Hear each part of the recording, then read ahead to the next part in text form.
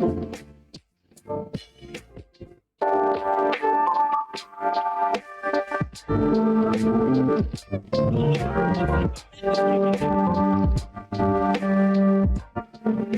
my god, Rocket, thank you. You didn't have to do that, but thank you, Rocket.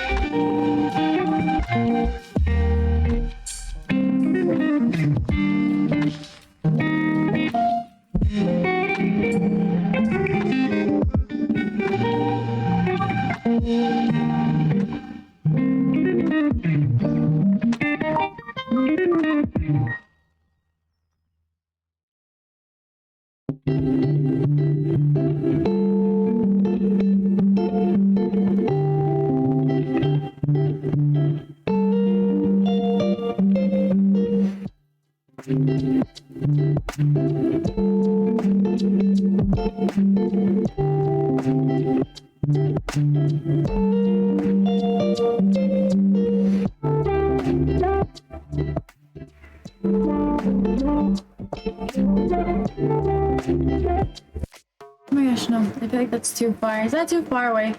Or is that not like down enough? No, I never said he likes school. Real quick, welcome in everybody. Happy Friday. I'm so excited. We finally made it to the weekend. Thank you, Persistent. I really appreciate that. I'm so excited for the weekend. I'm in need of it. I'm in need of it. Thank you, Talon. Thank you for lurking, and thank you, Persistent. Thank you guys for being here as much as you can. I really do appreciate it. Rocket, I never said that you didn't like school, but I do want to say thank you for being subbed to me for 6 months now. That's crazy because I think that's as long as I've been. It's almost as long as I've been streaming. I think it's a little bit longer. I think I've been streaming for what, 7 months now? Yeah, so I've been streaming for 7 months. So literally, Talon's almost an OG, or not Talon. Rocket's almost an OG. Your mom. Oh my god. Rocket, enough of the coffee. But I understand that it's Friday, so I guess you can get wild. No, I never said that. I never said that, but he does not. I never said that. Rocket, do not listen to Gunfighter. Please don't listen to Gunfighter. Please don't do that. You know it's not true. I'm your friend. I'm your friend. Like, I was gonna say something else. I don't know. I was gonna say something, but I forgot. Rain the Brain, thank you for being here. I appreciate it, and thank you for the sip. We are using this cup today. Real quick. Later tonight, later throughout the interview, at the end of the interview, I will be announcing what movie we'll be playing tonight, or not tonight, but tomorrow. Also, real quick, other than that announcement, I think that's it. That's a big, that is a big cup, right? Trust me, I know it's a big cup. I fill it up and I'm like, wow, I'm like it's still pouring. I'm like, anyways, no, okay. Oh, I was gonna say, so, tonight we are having an interview. I'm super excited. It is with the very special Risky Ringo. He's a very sweet guy. He's very chill. He's very cool. He's very funny. I'm gonna tell you right now, he's very funny. I'm super excited to have him on here. I was gonna say, oh, for all of you that are new here, if you have any questions that you would like me, or that you would like to ask Risky or even make sure to highlight it. That way I can see it better, because sometimes chat can just keep going. Let's say also, if I don't answer a question off the bat right away, and maybe you asked it 10 minutes ago, I'm probably trying to hold off, because I have a format of questions. So if your question goes in like that format, but it's not till later, I wait to hold it in there, so that way we're not going from like topic to topic. Also, if sometimes I just don't see it, and you might just have to tell me again. So just make sure to please highlight. I really do appreciate that part. I'm trying to think what else. I think that's it. Of course, and here in a minute, we're about to go get Risky Ringo. I'm gonna ask him if he's ready. But I was gonna say, of course, you can always ask questions. So don't be afraid. Also, if you are in chat and if we get a new person in, please don't be afraid to welcome them in, and please don't be afraid to let them know, because sometimes they'll come in and say hi. And I really, like, I'll be in a conversation with the guest, and so sometimes I won't get to it. But if you guys could let them know, like, hey, usually she talks out, but she's doing an interview, and she, you know, like, she doesn't really talk much to chat. Please let them know. Like, I really appreciate that, because I don't want them to think that I'm ignoring them, because that sucks. But I know Rocket's not a new person. Oh my gosh, shut up. Okay. Is there anything else? I don't know if there's anything else to be announced. I don't think so. I think that's it. I don't know. Does anybody have anything? Well, I guess not anymore. Now we have to call him. I'm gonna ask him if he's ready.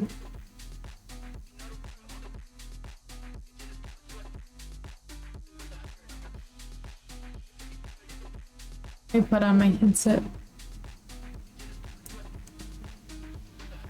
I just wanna rolly with the Dava Ranch. Sorry. That song's been stuck in my head ever since the boss lady sang it. I'm so sorry. Alright, I just asked him right now if he was ready, because I don't want him to feel rushed. Also gives me kind of a little bit more time to get the questions up that I have over here. Huh, that's weird. Why can't I hear?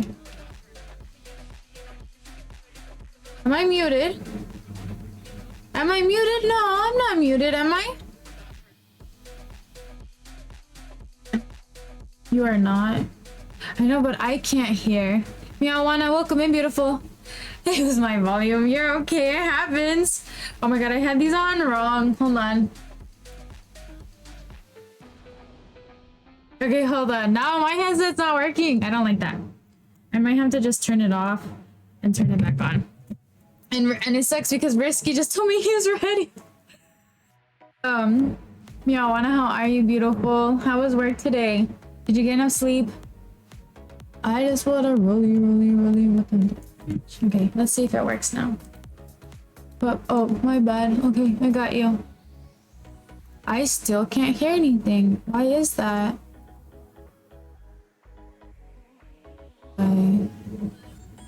What are you guys hearing?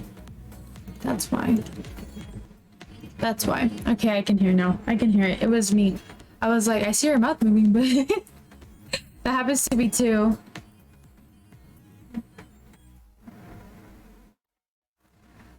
Alright, hold on. I'm waiting for this to load. I just want to really.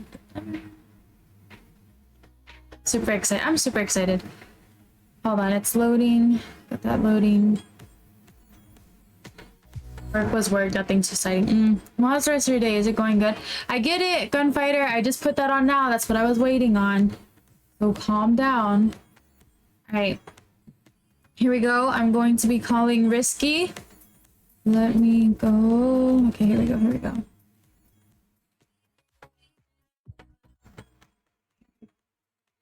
Yeah, I know you can't see me. Hold on. There we go. Maybe I'll work now.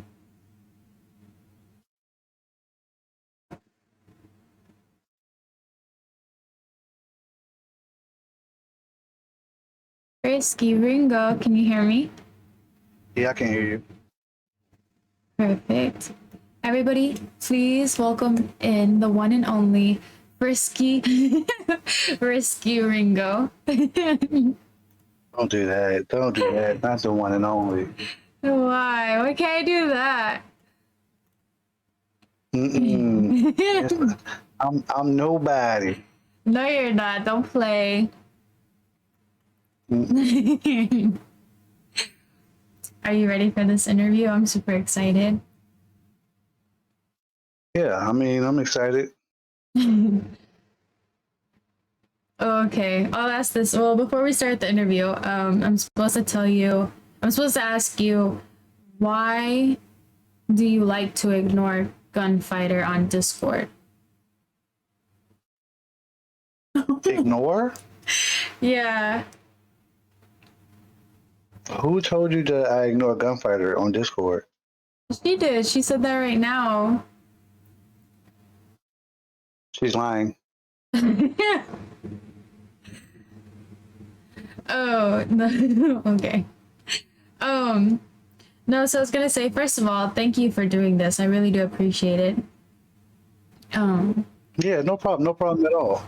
Do you It's have your... been in the talk for a long time. Oh yeah. Oh yeah. I was gonna say, you have your drink ready? No, this is coffee. Oh, okay. I thought you were gonna drink with me. I am. I'm drinking coffee right now. Oh, okay.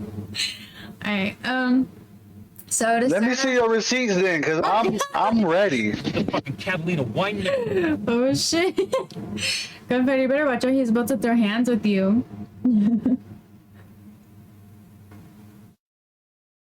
Gunfighter's mean to me anyway. She don't like me. I feel like if she's mean to you, I think that means she likes you. Oh yeah. I think so. I'm not sure though. Cause she's really mean to me. So, Risky. To start off our interview, my first question is, what did you do before streaming? What did I do before streaming? I was just a supporter on Twitch. I've been on Twitch for,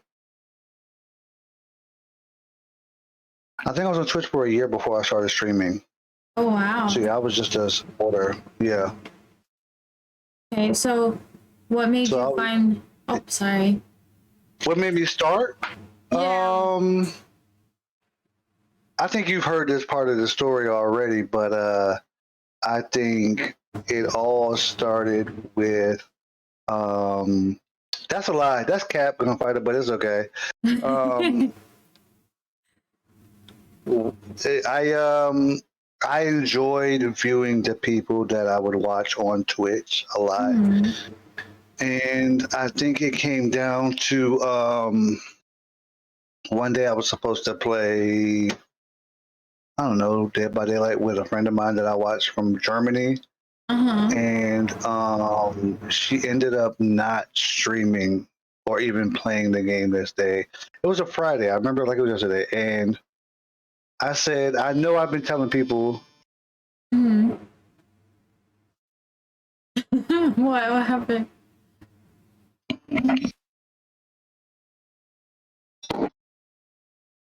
Okay, hold on, guys. 1 second.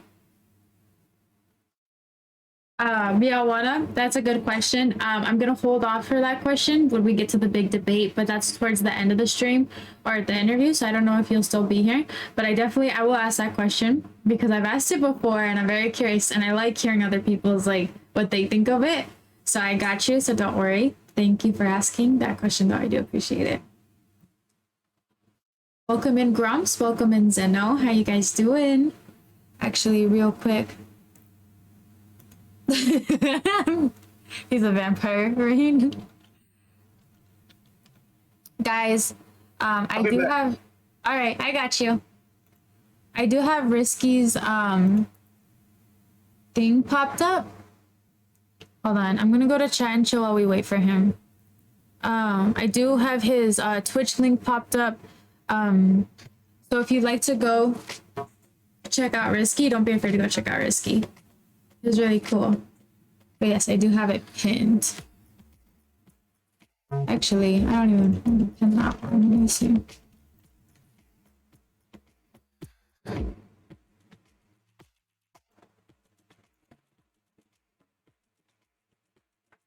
But while we wait, how's everybody doing tonight? Especially on a Friday.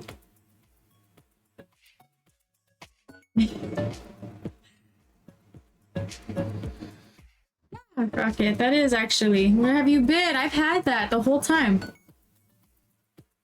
What? I don't know what I'm gonna do if that happens, Go Fighter. Well, no, I do. I have a backup plan, but if anything, I'll just be like, shoot. Spell it right. Hey, leave him alone. At least he's trying. Who hasn't?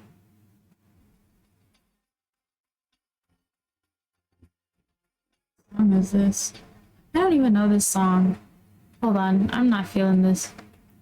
I'll be honest, I'm not feeling that. I think I'm gonna go here. It's more chill. It's more laid back, like I want this to be. Rocket. Oh, I know. He always goes like MIA. I think that's just his thing. I feel like Rocket's gonna be that guy that grows up to be like, that just goes MIA on chicks.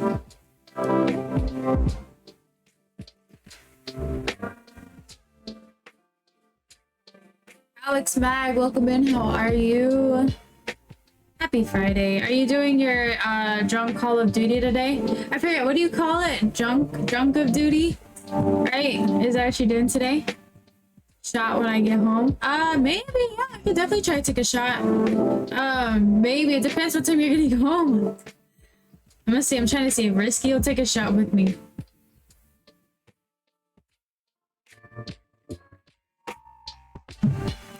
Hold up, I say.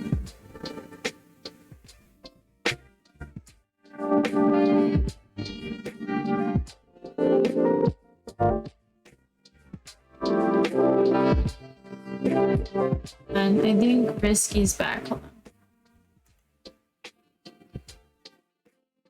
on. Why?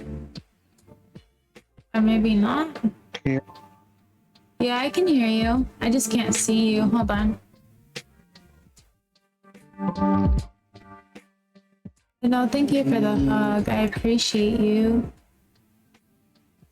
It's on my end. Get horny!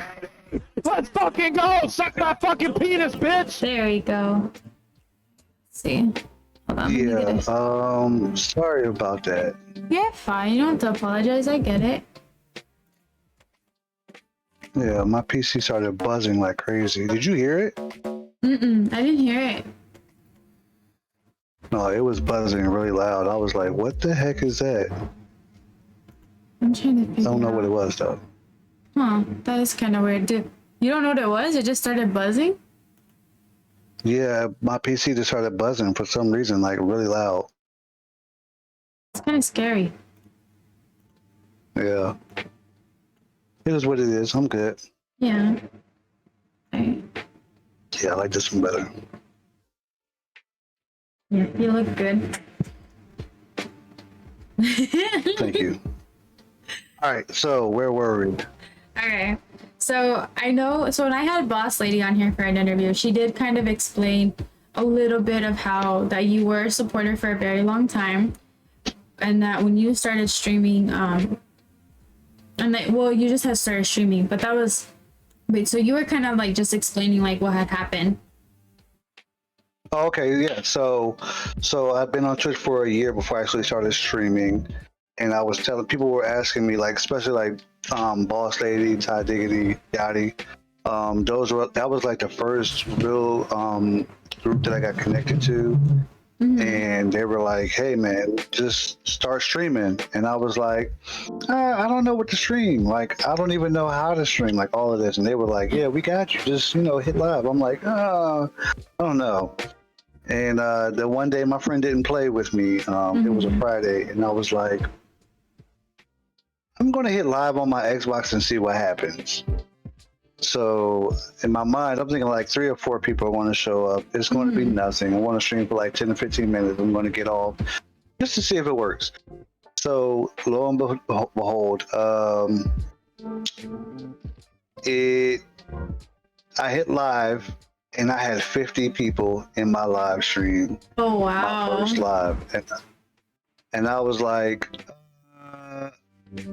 hi guys. I was like, oh my gosh. So yeah, literally from that point on, I told everybody once I hit 500, which I had 700 by the time I went live. I've been streaming ever since, and that was in May. Oh, May wow. was my first live stream, and yep. So this year, right? 8 months later. Yeah. Of this year, May of this year. Oh Yep. wow. And Boss Lady, but the pull-up gang, the whole entire pull-up gang, and amongst a lot of other people, as being all of them have been major supporters of my stream. And, I've enjoyed every bit of it, except for the bot follows. That part I hate. Oh. No, I can see that. I was gonna say, so how did you end up like meeting like the pull-up gang and like SB certified? So when I first got on Twitch, the first person I watched was a DJ named Ray Domingo from the UK. Okay. A really dope DJ. And I would watch him all the time, and then one day he raided over to another DJ named DJ Richie Rich Detroit, who was a hilarious streamer. If you ever catch DJ Richie Rich Detroit, watch him. And then one day he raided over to the Rebel Inc., who is a straight up variety streamer. She doesn't DJ, she doesn't game, she just sits there and she talks the whole time, right? It's a really good stream if you ever catch her stream. From there is where I met SB, I met Boss Lady, I met Ty Diggity, I met Yachty Dotty. So many major players in my world that from her stream is where all the branches really started to go out. Is where I really started to meet gamers. I started to meet DJs, a whole lot of DJs, a lot of variety streamers, just chatters, whatever you name it. I met them all from the Rebel Inc. Wow. I was gonna say it's crazy when you do start to branch out all the different type of people that you meet and the different type of streams that they do, because I've met a lot of DJs too, and like I've met like a lot of gamers. There's rappers, just chatters, you know, so that's really cool. All over the place. I met, I've got a few of my favorite streamers they cook on their streams. And it's literally like a party in there while they're cooking and streaming. I'm like, hey, this is cool. Yeah. So, yeah. Absolutely. So I was gonna say, did you ever? I don't know if this might be a no, but I still want to ask. Did you ever see yourself streaming like 5 years ago today? Never. Not even when I got on Twitch. Not even up until the time I hit go live. I would say even after I hit go live. I hit go live because I wanted something to do, and when I tell you on this Friday was really weird. It was like nobody was streaming. Like maybe I want to say like 10 people that I was following were streaming, and it was kind of like, you know, there's people that you enjoy watching, but you really got to be in a certain type of mood for watching their streams. Yes. It was one of those, and I was like, I mean, I'll watch them, but I don't really feel like watching their streams. So I said, I'll just take this opportunity now. Just, you know, I'm going to hit go live and see what happens. I would say I didn't see myself as a streamer up until maybe about the push to really become affiliate, because I was just streaming just to stream, right? And then when they got behind me and started pushing me to be an affiliate, is when I saw myself as a streamer, and I got my affiliate in a week and a half. Wow. Okay, wow, that's got to be a record. That has got to be a record. Kind of feel it last. Really? Yeah, a week and a half. It took. Wow. It took me a week and a half of streaming. That's crazy. Well, you're the first person that I know that has done that. Yeah, I mean, it was people like you know, Yachty and Boss Lady, who was like, hey, go live for like, you know, an hour, try to make sure that you have, you know, 8 or 10 viewers, and then cut the stream off. Like, you can keep playing the game or whatever, just cut the stream off. You know, they gave me the blueprint, and yeah, it took a week and a half for me to get my affiliate. That is amazing, though. I'm serious. Like, you're I think the closest, not even the closest, before you, a person that I had met, it took them a month to get affiliate. And I was like, oh my God, I'm like, that's so fast. But you said a week, and I'm like, oh, I'm like, oh shit. It took me a week and a half. I think I streamed like 2 or 3 times, and they were like, what are you doing? And I was like, I'm just streaming. They were like, no. Like, they wouldn't let me just. That's crazy. They was like, you can't just stream. You're going to go for affiliate. And I was like, okay. So once that push really started happening, is when I was like, okay, I can be a streamer. Yeah. A lot of people were like, hey, look, you have what it takes. And I knew it wasn't me. Let me think of what I'm trying to say first.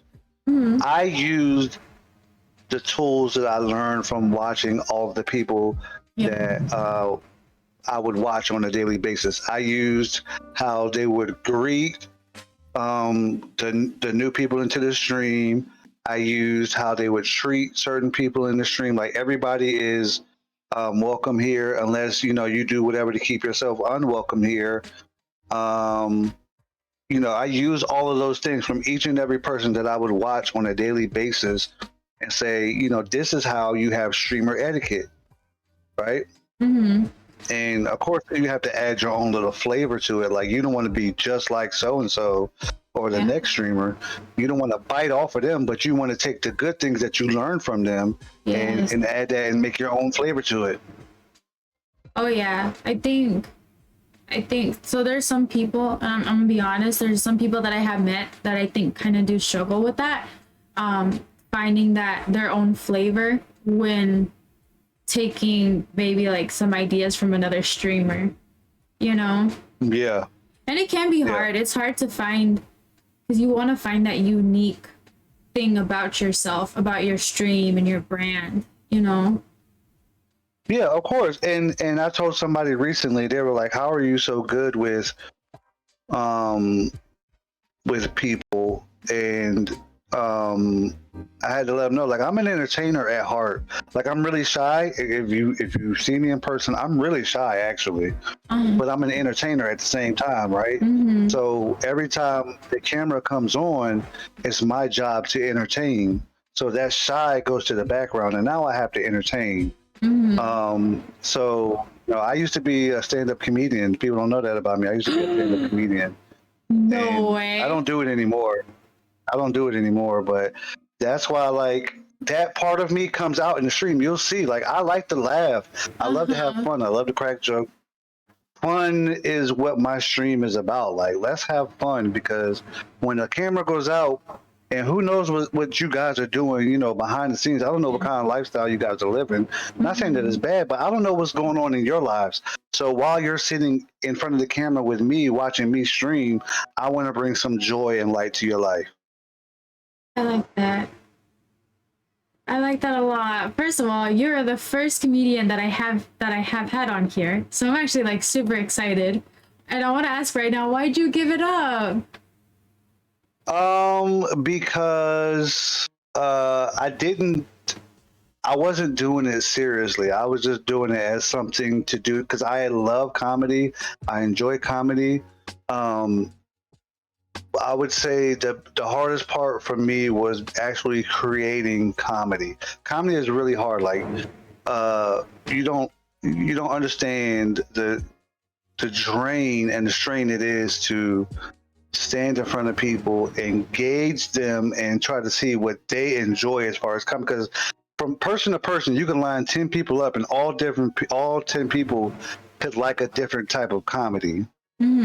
So you kind of have to play to everyone's liking, and it's hard. Like, trying to, like, what's funny to me might make you really laugh, and then it might the next person like kind of chuckle, and it's like, all right, well, now let me try to make you laugh. And then it's like, you know what I'm saying? I didn't like that. I just like being funny and having a good time.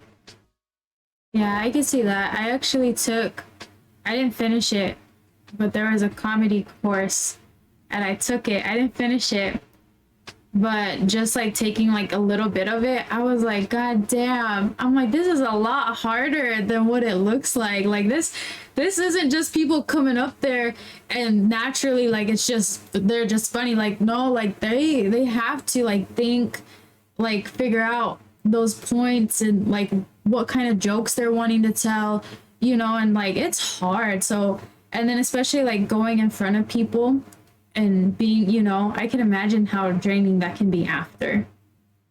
Yeah, I mean, I've done sets where I would do like 30 minutes to an hour, and it's tough. Like, to be honest with you, the hardest crowd to do jokes in front of are people that you actually know, like your family, your friends, because the judgment level is different, right? If you're doing it in front of a stranger, it's like, well, I don't really know this person, but they're being kind of funny, right? Yeah. Now, if you do it in front of your family, they're like really hard because they're like, okay, make me laugh, and it's like, I don't know what you want, but okay. Like, I've done comedy at like a family reunion or something like that. Yeah. And it's probably been the hardest crowd I've ever had, and it's like, I won't do that again. I have a question. Do you by chance have any old videos of you doing a set? No. Damn. As a matter of fact, little known fact, I don't like watching myself do anything. They say, you're supposed to watch your VODs, and that's where you'll find out how to fine tune your stream and all of that. I hate it. I hate my voice. Oh my gosh, I cringe when I hear my voice. Like, if somebody played a clip of me in their stream and it's like the video clip, I cringe. I'll mute the stream until the clip is over with. That's okay. No, I don't like it. I feel you on that, because I used to, when I first started streaming, I used to go back and watch my VODs. And like, as soon as I would start talking, I'm like, my whole body just starts to like cringe, and like, I'm just like, Oh, and I would like skip sometimes. Yeah, of course. So no, I felt that. I definitely felt that, Risky. But that sucks because I really would have loved to see you like on stage and like how you were. Like I think that would be really cool. Would you ever think about doing a maybe like a comedy stream? Not all the time, but like I every think now about and it then. all the time. I often think maybe I should add segments into my streams and not only game, but do like, some type of bit or segment into my stream. And that's where the comedy side really is like, yes, do it. Yeah. But the creative side of me is like, man, I don't know. Because I know what's going to happen. I know I'm going to get clipped like crazy, and I'm going to watch these clips over and over and over in everyone's stream, and I'm just like, no, don't do it. That's funny. For me, I feel like for me, like doing that, I would just be nervous if like I was saying stuff and then I don't see anybody laughing in chat. Because sometimes I'll ask a question. The thing. I don't care. Oh, you don't care? Okay. I don't have to hear it. As long as I'm not standing in front of a crowd of people and they're all just like, I'm cool because I know somebody's laughing. I just don't have to hear it. Okay.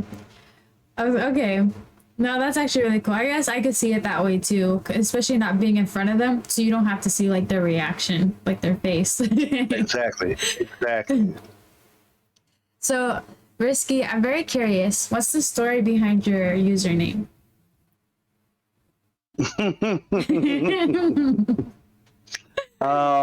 It's very what's the word I'm looking for? Anticlimactic. There's no really fun story to it or nothing. So I used to play games a lot when I was younger, and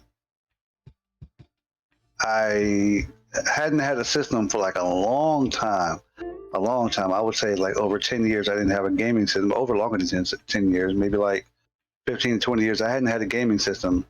So when I got my Xbox Series X, I had forgotten all my credentials for my old Xbox. So I was like, just make a new profile. The fucking Catalina wine. And instead of putting my real name on there, I was like, I need to make something creative. Like everybody has creative names, right?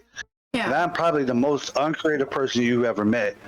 So I was like, I don't know. And I was just thinking like, what do you like? And I was like, like who's your favorite character or whatever. Something I'm thinking of random things. And so I thought of one of my favorite movies. I don't know if you guys know it. It's called Tombstone. Oh, okay. With I can't think of anybody. All I remember is Val Kilmer, right? So Val Kilmer's character, Doc Holliday, was my favorite character in the movie. So I was like, okay, yeah, Kurt Russell, there you go. Oh, there you go. Russell, okay. Yeah, Kurt Russell knows that. So I'm thinking, all right. I can't think of anything creative with Doc Holliday, right? So I was like, who's his nemesis, right? Oh, Johnny Ringo. Oh, okay. Said, okay, I can use Ringo. Yeah, that's a great movie. And Ringo, all right, I was like, okay, Ringo sticks. And I was like, I'm just not going to use just Ringo. And I was like, let me just use a word. So I started looking up adjectives that begin with the word R. And I was like, and then bing, Risky Ringo. That's it. All right. What about 85? 85 is the year I was born. Okay. I thought so, but I didn't want to assume. That's really cool, though. That's really cool. I like it because it really goes together. One of your recent interviews, I can't remember his name. He told us, he told you, he was like, you'll see like a generation. There's a age range, a generation that after their name, they will always use their birth year. I can't remember who it was, and I was like, damn it, he's right. That was Hood. That was Hood? That was Hood. Yeah. Yeah. He ain't lying. I was like, damn, I need to change my name now. That's funny. Real quick, I'm gonna ask you this because it's for Rocket. How much coffee do you drink in a day? 24 ounces. Okay, there you go, Rocket. There's your answer. No, but that's funny. No, see, I was gonna say that was your year, like, but I was like, I'm not gonna assume because I'm like, what if that was like his jersey or like something? No. No, that's a good guess. But 85 is the year I was born. I actually need to change that. What do you mean change it? What are you changing it to? Risky Ringo. Just Risky Okay. Ringo. All right. I might change my name. All right. No, don't change it entirely. I like it. Risky Ringo. It really goes. So, Risky, how would you describe your content to people that haven't seen it? As I've sort of alluded to before, I play video games with my community, right? And you'll see if when I welcome in new people to the stream, I play games with my community. I really don't enjoy playing games by myself anymore, especially after getting on Twitch. I don't even like playing games alone. Like I have to have at least one other person playing something with me, right? Because it's not that fun anymore. So I play games with my community, and it's where you can have fun, you can laugh, you can, you don't have to worry about, any type of toxic activity because I don't like that stuff. Of course, my mods and some people in my community, they troll me, but that's the fun part of it. Like, you know what I'm saying? Like, I can take that. But we have fun, and generally on Fridays, I was thinking about doing it today, but I didn't want to after a while. On Fridays, we generally play Jackbox games, or we'll play Fall Guys on Fridays. I play Fall Guys with my friends all over. I have a group of friends in the UK who play Fall Guys with me. I have a group of friends in Germany who play Fall Guys with me, and I have a group of friends in Australia who play Fall Guys with me. Wow. So I have friends from all over that will enjoy playing those games with me, and it's cool. I love meeting new people and introducing new people to the people who come through my stream. So yeah, my stream is a place to have fun, relax, laugh. We're going to laugh. It's going to be something to laugh about. And we have a good time. Definitely. I definitely agree with what you just said about like your content. It's just super chill in there. There's always like exactly what you said, like people like kind of picking on each other, especially you. They always pick on me, and then you know what? As soon as I hit live, I'm like, here they come. It's something to talk about every time. Always, yeah. So that's really cool. So I was gonna say, how has your content changed since you've started? How has it changed? Mm-hmm. I think when I first started streaming, I would play more games that were probably, like I said, single player, or I would play by myself. Like my first stream, I played MLB The Show. Mm-hmm. I played a whole game of The Show by myself, and I was like, this is cool-ish. Like I'm playing and I'm talking to people, but I like one-on-one interaction at least. So I would say the only thing that changes, almost any game you'll see me play, I'm playing with somebody else, and we're always interacting. Other than that, it hasn't changed so much. I think come 2024, excuse me, I want to start making some changes to the stream. I want to implement some different channel points and things for my stream, different redemptions, and try to become more interactive with the community. I mean, not like they don't troll me enough already, but just to do something different and be more engaging with the people out there watching. There's nothing worse than watching a stream that's boring. Oh yeah, it's rough. It can be rough, and I don't know. It's crazy, isn't it crazy to see that? Like, especially because you've been a supporter and a streamer, and sometimes and I don't know about you, but I guess sometimes for me, because I have been in some boring streams, I'm just like, man, I start to feel like if I feel like I start being boring, like during the stream, I start to feel pressured, and I'm like, oh my god, I'm like, Yeah. yeah. If ever I feel like my stream is getting boring, like I'll immediately be like, I feel like switching games or whatever. Like I'll do whatever, or that's why like I started adding different things into the stream. Like Yeah. you know, all of my VIP and my mods have intros. So when they come into the stream and they type in the intro, they have a song that introduces them to the stream. Now the song, I tell them, you know, whatever is your favorite song or whatever you want the people to hear about you, whatever. Like, so whatever, like you'll hear, I don't know, like SB, right? Mm-hmm. For you, those of you that know SB 1987 knows he has long curly hair, right? Reminiscent of the guy from Coming to America that had long hair with Jerry curl juice in it. So the song from the movie that would introduce the guy, I gave SB. So whenever he comes into my chat, you hear that, and it's just a funny thing. Like people hear it and they're like, "Is that the song from Coming to America?" Like, yeah, that's his intro. That's funny.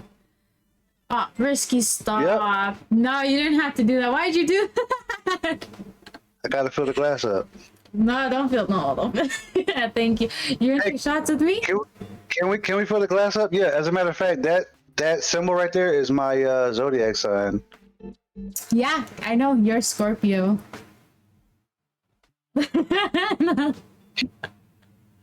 Absolutely. We need to be careful of you because I'm gonna tell you right now, Scorpios are dangerous. They're just dangerous. The females, the men, both of them. I don't know. Yeah, they are. Don't play. Nah, don't play. I push the envelope, but I'm not dangerous. You push the there it is. There it is. You heard it here, folks. No, I don't know. No, you guys.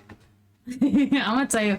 No, I think Scorpios, they're something else. Like, but I don't know. I've met good and bad. I'll say that right now. Tell me more, Gunfighter. What gunfighters say? Hold on. She said, "I'm risky." You are. That's why your name's Risky. Yeah, look. See, there's another Scorpio in here. Grumps. He said, yes, we are. I believe you. I believe you. So Risky, what would you tell, I guess, what would you say is like the pros and cons when it comes to streaming? Where'd he go? Oh, there he is. I was, my camera wanted to get fuzzy. The pros and cons of streaming. Mm-hmm. The pros are, for certain people who are introverted or a little bit shy, for those type of people, you really get to blossom a little bit because you get to meet new people and you don't have to hear their voice or see their facial reactions to see you. You know what I mean? Yeah. So it helps with that. Also, it helps you to meet new people on different points of the world. I never thought I would meet people from Alaska, Canada, Australia, Ireland, Germany, the UK, Japan. I've met all types of people from all different walks of life, and I enjoy it. I never thought that I would get the opportunity to meet these people, and not only to meet them, but to entertain them from my aspect. That's a pro to streaming. And I don't even stream for the money because it's not like I'm not trying to be funny, but I mean, I'm sure most of us aren't making enough money from streaming to sustain our lifestyles, right? That's true. It's a little bit of money, and what I do with that money is I give it back to the community. I don't do it for the paycheck. I do it for entertainment value, meeting people, and I gave it right back. The cons to streaming is it can be very time consuming. It can be a drain to you mentally and or physically, because if you're like me, you don't eat before or during your stream. Yeah. And I stream I do like 8-hour streams at least. Oh, I know. And another one would be Okay. it can be addicting. Thank you, Gunfighter. Yes, thank you, Gunfighter. I appreciate It can be addicting. You can enjoy where you can enjoy, having a good time with people and getting to meet new people and gaming in front of them. But it can also be addicting. Like there was a small point in time where it was like I got home from work and I was like, all right, when can I go live? When can I go live? I was like, bro, like you got stuff to do. So it can be addicting, and it can help you neglect certain people and things around you. Definitely. I definitely felt when you said like it could be mentally draining. Because there's nights where like I get off streaming and there's like there's some streamers in here like in chat now that they don't stream till later in the night. Method's kicking in. Oh, Rocket, thank you, Rocket, so much for the sub. I appreciate you. And calm down on the coffee. But I was gonna say there's some people that go on at night that stream.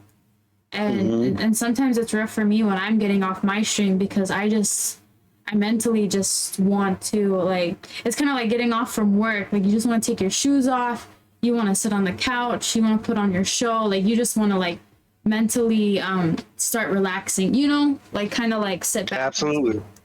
And so like I always try to make it into a lot of those streams, but I definitely felt where like you just said mentally draining, and I like what you said, it does get addicting. And people fail to realize that once you hit go live, especially with the camera on, you are entertaining. You're entertaining the people that are watching. And nobody wants to look like a fool. I'm sorry, I got caught reading the chat. I'm so sorry. Nobody wants to look crazy in their stream, right? Yeah. Like I've been to Chiba's streams. I've been to your streams. I've been to a couple other people's streams in your chat. Nobody wants to look crazy while they're streaming. Like everyone wants to look like they're doing a good job, right? Yeah. So you're entertaining from the time it says one person is watching your stream, or there's one person, 20 people, 50, 60, you're entertaining, right?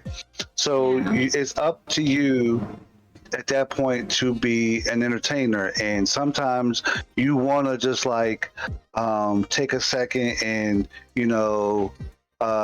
go eat something or whatever, or sometimes, but you're forced to entertain in this screen right here. You know what I'm saying? So yes, it's draining.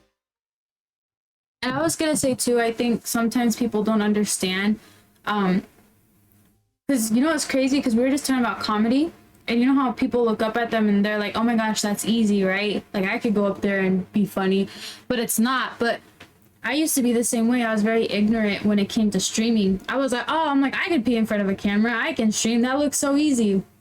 And then now that I'm in front of it, the draining part that I think gets me is that I think people tend to forget, like, if we're gaming and we're trying to game, but we're also trying to focus on chat, like we're trying to focus on a lot of things, especially if something goes wrong while you're streaming. Then you have to deal with that, but also trying to keep chat entertained, like it can be rough. Man, look, I tell you what, was it last week? I think it was last week. I got bot followed 4 to 5 times in one stream. Oh shoot. When I tell you, from that first time it happened, like the first time it happened, I was like, fuck, they got me.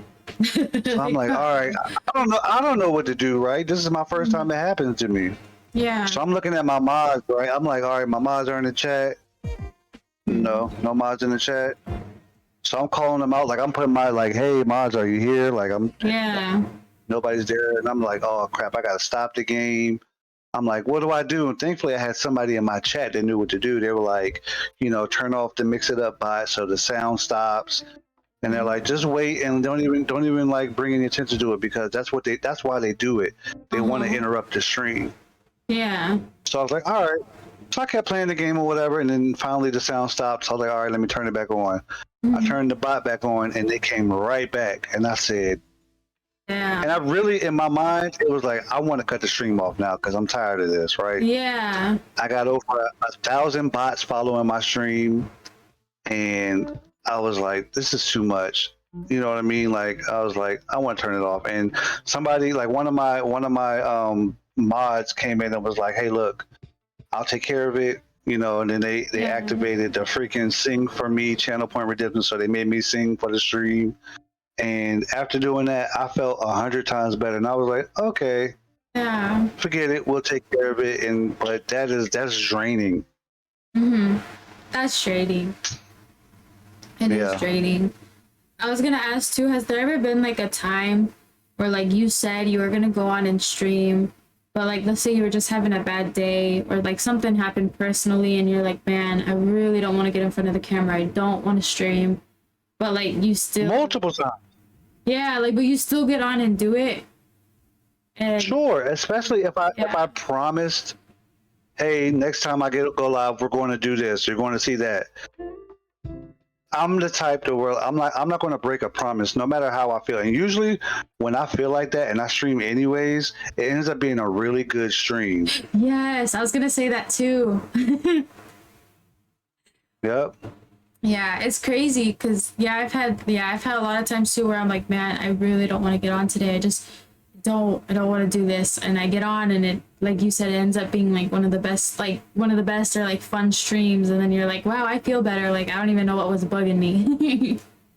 Absolutely, like man, I'm so glad I streamed today.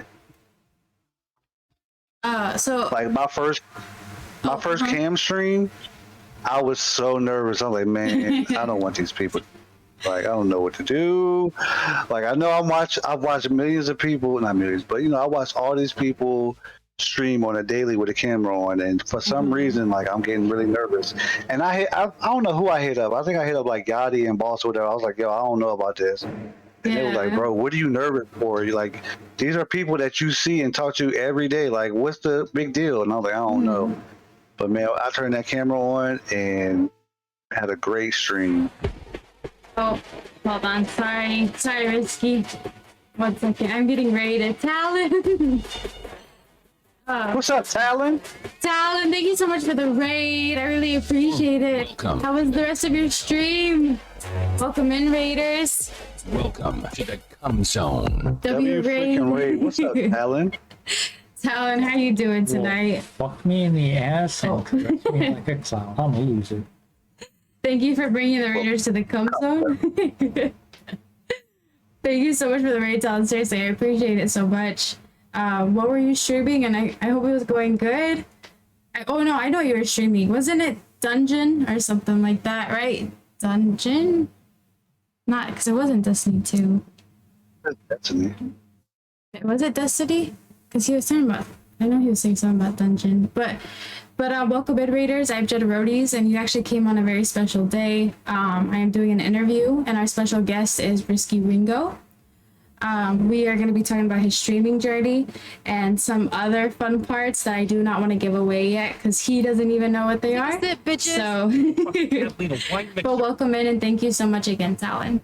Actually, real quick, let me. Sorry, Risky, 1 second. Thank you, Gunfighter. Thank you so much. Thank you so much for the biddies, Gunfighter. I really appreciate it. Welcome to the Cum Zone. Guys, don't be afraid to follow Talon. He will take shots of hot sauce. You just have to put exclamation. What? Yeah, he takes shots of hot sauce. You just put exclamation point hot shot, and he has them right there. I don't know why I didn't follow you already, Talon, but I'll be there next time. Thank you again, Talon. So I was gonna Welcome say, to the Cum Zone. welcome to the Cum Zone. I was gonna ask. So, how? Because I know earlier you brought up toxic. How do you handle people in chat that are kind of being, I don't want to say toxic, but not very, like sometimes they can be hateful, rude, negative, you know? That's a good question. To be honest with you, I don't really encounter that in my stream. I think the worst that it'll be is like they'll just be really they'll troll me a lot, you know, especially if I do something really crazy in a game or whatever, they'll troll me. But I don't get dickheads like that. I don't get people being crazy. Yeah. But I think for the main fact is because I have chosen my mods very carefully.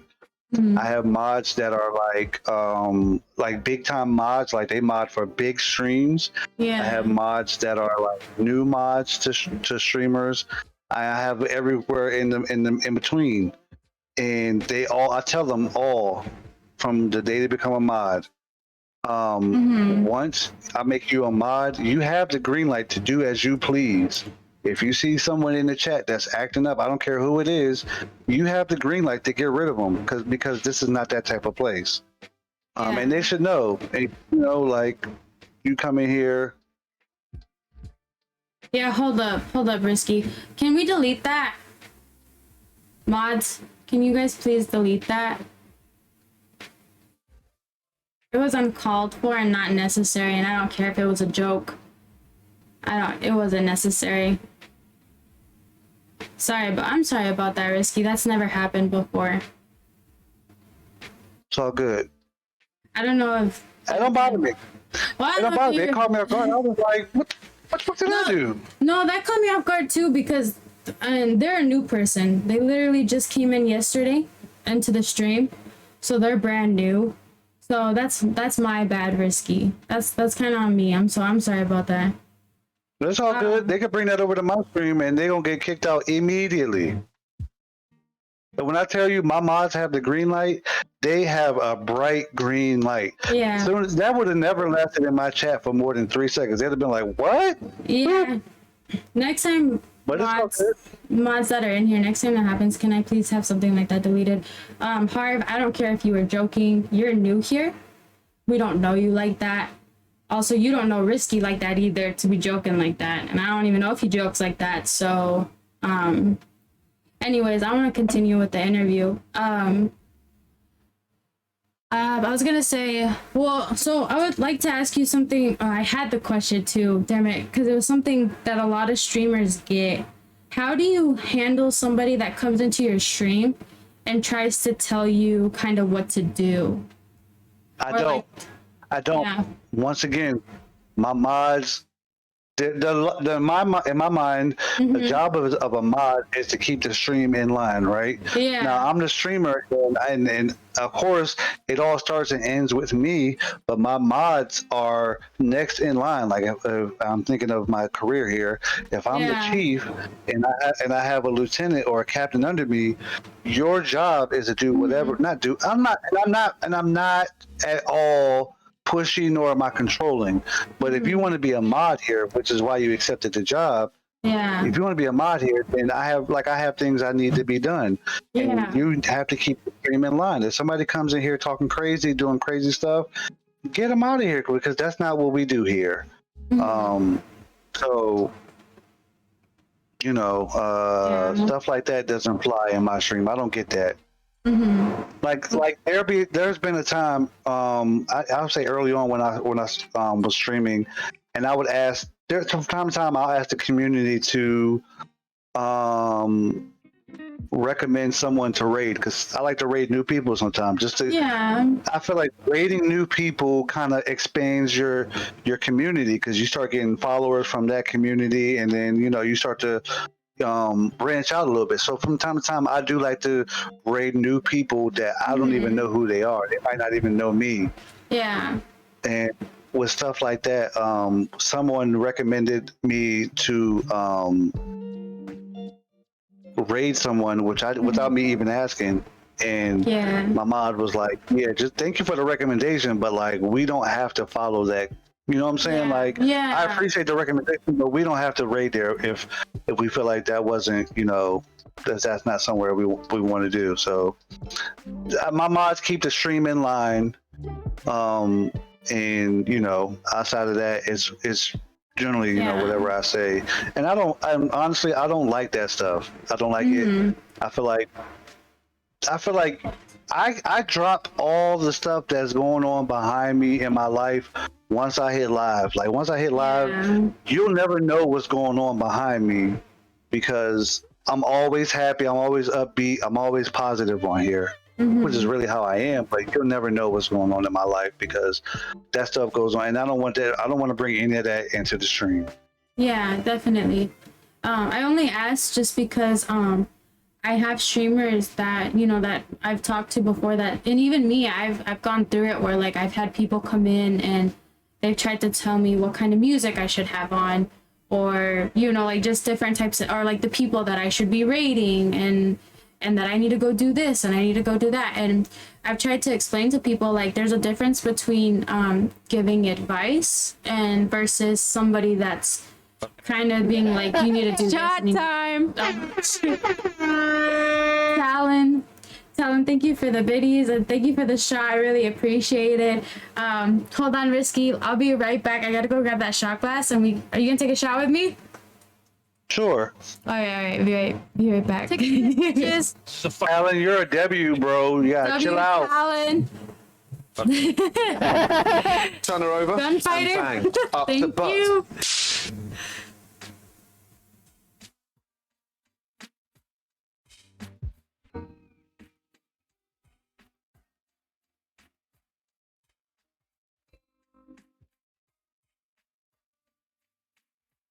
Oh.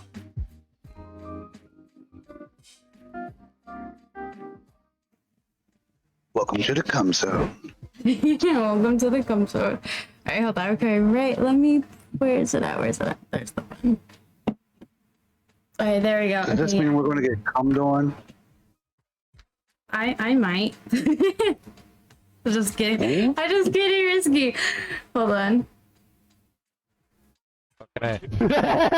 shot time. Fuck. Who did that? Was that Talon again? Yep. And Gunfighter? Fuck. And Gunfighter. Oh, fuck. Oh, shit. No, first of all, thank you guys so much for the biddies. Both of you guys are W's. I'm super psyched because not only are you getting me drunk, you're gonna get Risky drunk. So Impossible. we'll see, but let me know when you're ready, Risky. Thank you guys so much. Seriously.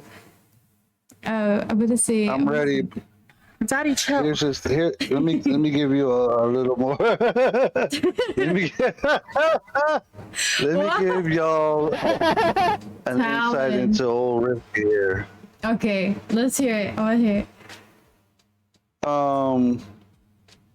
If y'all don't know me, you're going to learn a little bit more about me today, right now. I'm not a big drinker. It's not often that I drink, and I will drink for big occasions, meaning, you know, weddings or birthdays or stuff like that. I went to the store today and I bought me a little bottle of whatever this is. I don't know what it is, but it looked like it's good. What I don't need for you to do is to judge me. Don't judge me. Okay? Okay, we're not judging. Let's go. Let's see it. Welcome to the cum zone. You want to see it? Yeah, I want to see it. Well, you take it. Okay.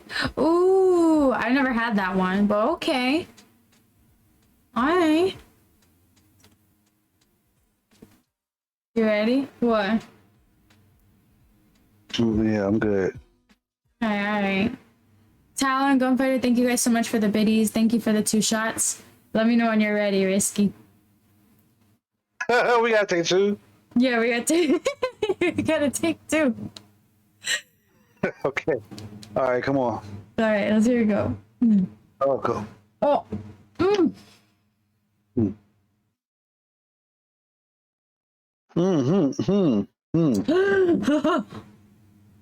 Welcome to Dark 30. You taking balls to the face? I took it balls. I took balls. I took liquid. I took it down the mouth. I took it everywhere. Hold on though. Hold on. What? Hold on. What happened to the all the channel point redemptions? Which one? Oh, I took those off. I only have take the suit. Why? Okay. Why? Which one did you want to play? You know which one I was gonna play. Oh, yeah, I know which one. I know which one you're gonna play. I could do this sound though. I know some people like this one. Cotton candy and pickles make me wet. I don't know if you can hear it, Risky. Can't.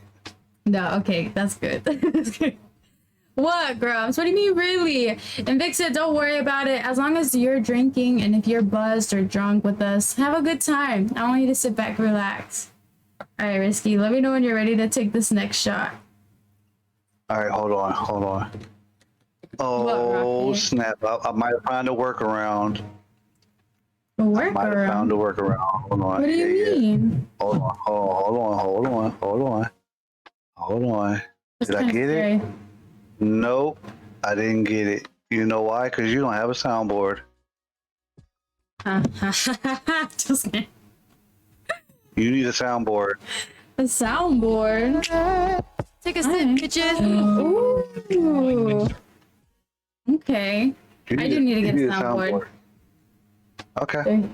All right. Can I get ready? a sip? Ooh, I'm getting warm. I might start stripping before I get drunk. Yes, Grubs. Golly. All right. Hold on, I gotta put another shirt on. All right, you Oh, put I'm another getting shirt warm. on. You're getting warm. And you said we can't get you drunk. I won't get drunk. I just get real warm. My body. Oh shoot! Nobody look at my stuff. Nobody look at my stuff. I want to see that I ass. just got subdue shatter. Nice, Vixen. They're here. They're everywhere. Of course, Scrubs. Scrubs, are you drinking too? You smoking? Woo. All right. They got real hot real quick. Oh yeah. How do you think I feel? How do you feel? I feel warm. I feel warm. Okay, Risky here. Okay. Hold on, did I do that? I think I did. Why is it? Oh, smoking. Lucky. I think I'm probably gonna smoke after. I'm not gonna lie. I'm not gonna lie. Is my screen sharing? It was sharing, but now it's not. Why? Oh, there we go. That's weird. There we go. Yeah, you're up now. There we go. Again, Talon, Firefighter, and Risky. Thank you guys for the biddies. Seriously, you have no idea how much I. Oh shoot! How much I let's go. appreciate it. Okay, here we go. Cheers. Tink. Take ball to the face.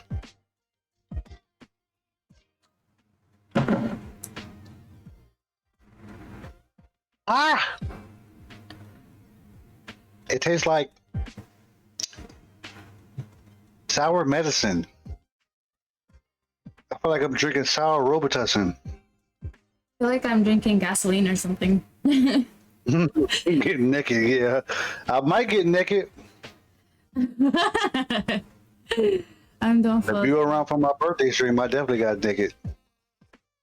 Bye, Rocket. Thank you for being here. Maybe we can play some COD sometime, especially I know winter break's coming. Bye, Rocket. Thank you again for the sub, too. I appreciate you. So, Risky, I only have a couple more questions about streaming, and then we're going to move on to our next part. Chat real quick. If you have any questions for Risky, especially about streaming, please put them in now. Clam Slam. Oh yeah. Ask me anything. What's up, Clam? How you doing?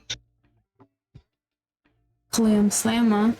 So, Risky, what is something that you would do different if you could start completely over with streaming with the knowledge you have now?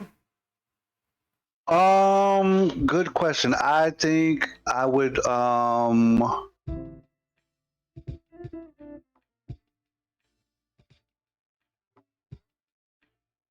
I wouldn't be pressured so much into getting a cam. I think there's a lot of pressure, and I understand it. Like, generally, people with a camera get more views than the ones without cameras. Yeah. I think there's also a misconception that better streamers use cameras. It's not true. I know a lot of good streamers who don't even turn their cam on, or don't have one, and they don't intend on turning one on. Mm-hmm. So not being pressured into getting the camera, and I would say understanding the nuances of streaming, like OBS. I'm still learning OBS, like, to this day, and it's almost like I'm a baby and I don't know what I'm doing. You know what I mean? Like, I have mods who have taught everything with OBS on the daily, and understanding OBS and what each thing really means, understanding it in a much more complete way. Oh yeah, 100%. Like, you know what's crazy is, like, Streamlabs, OBS, Stream Elements, like, all that stuff is, like, kind of intimidating at first. Yep. Just the same. And just kind of learning all of it. It can be rough. So. Yeah. But Gunfire, do you want to come in here and take a shot with us? Probably not. I know. I had to put some pressure on her. She ain't gonna do it.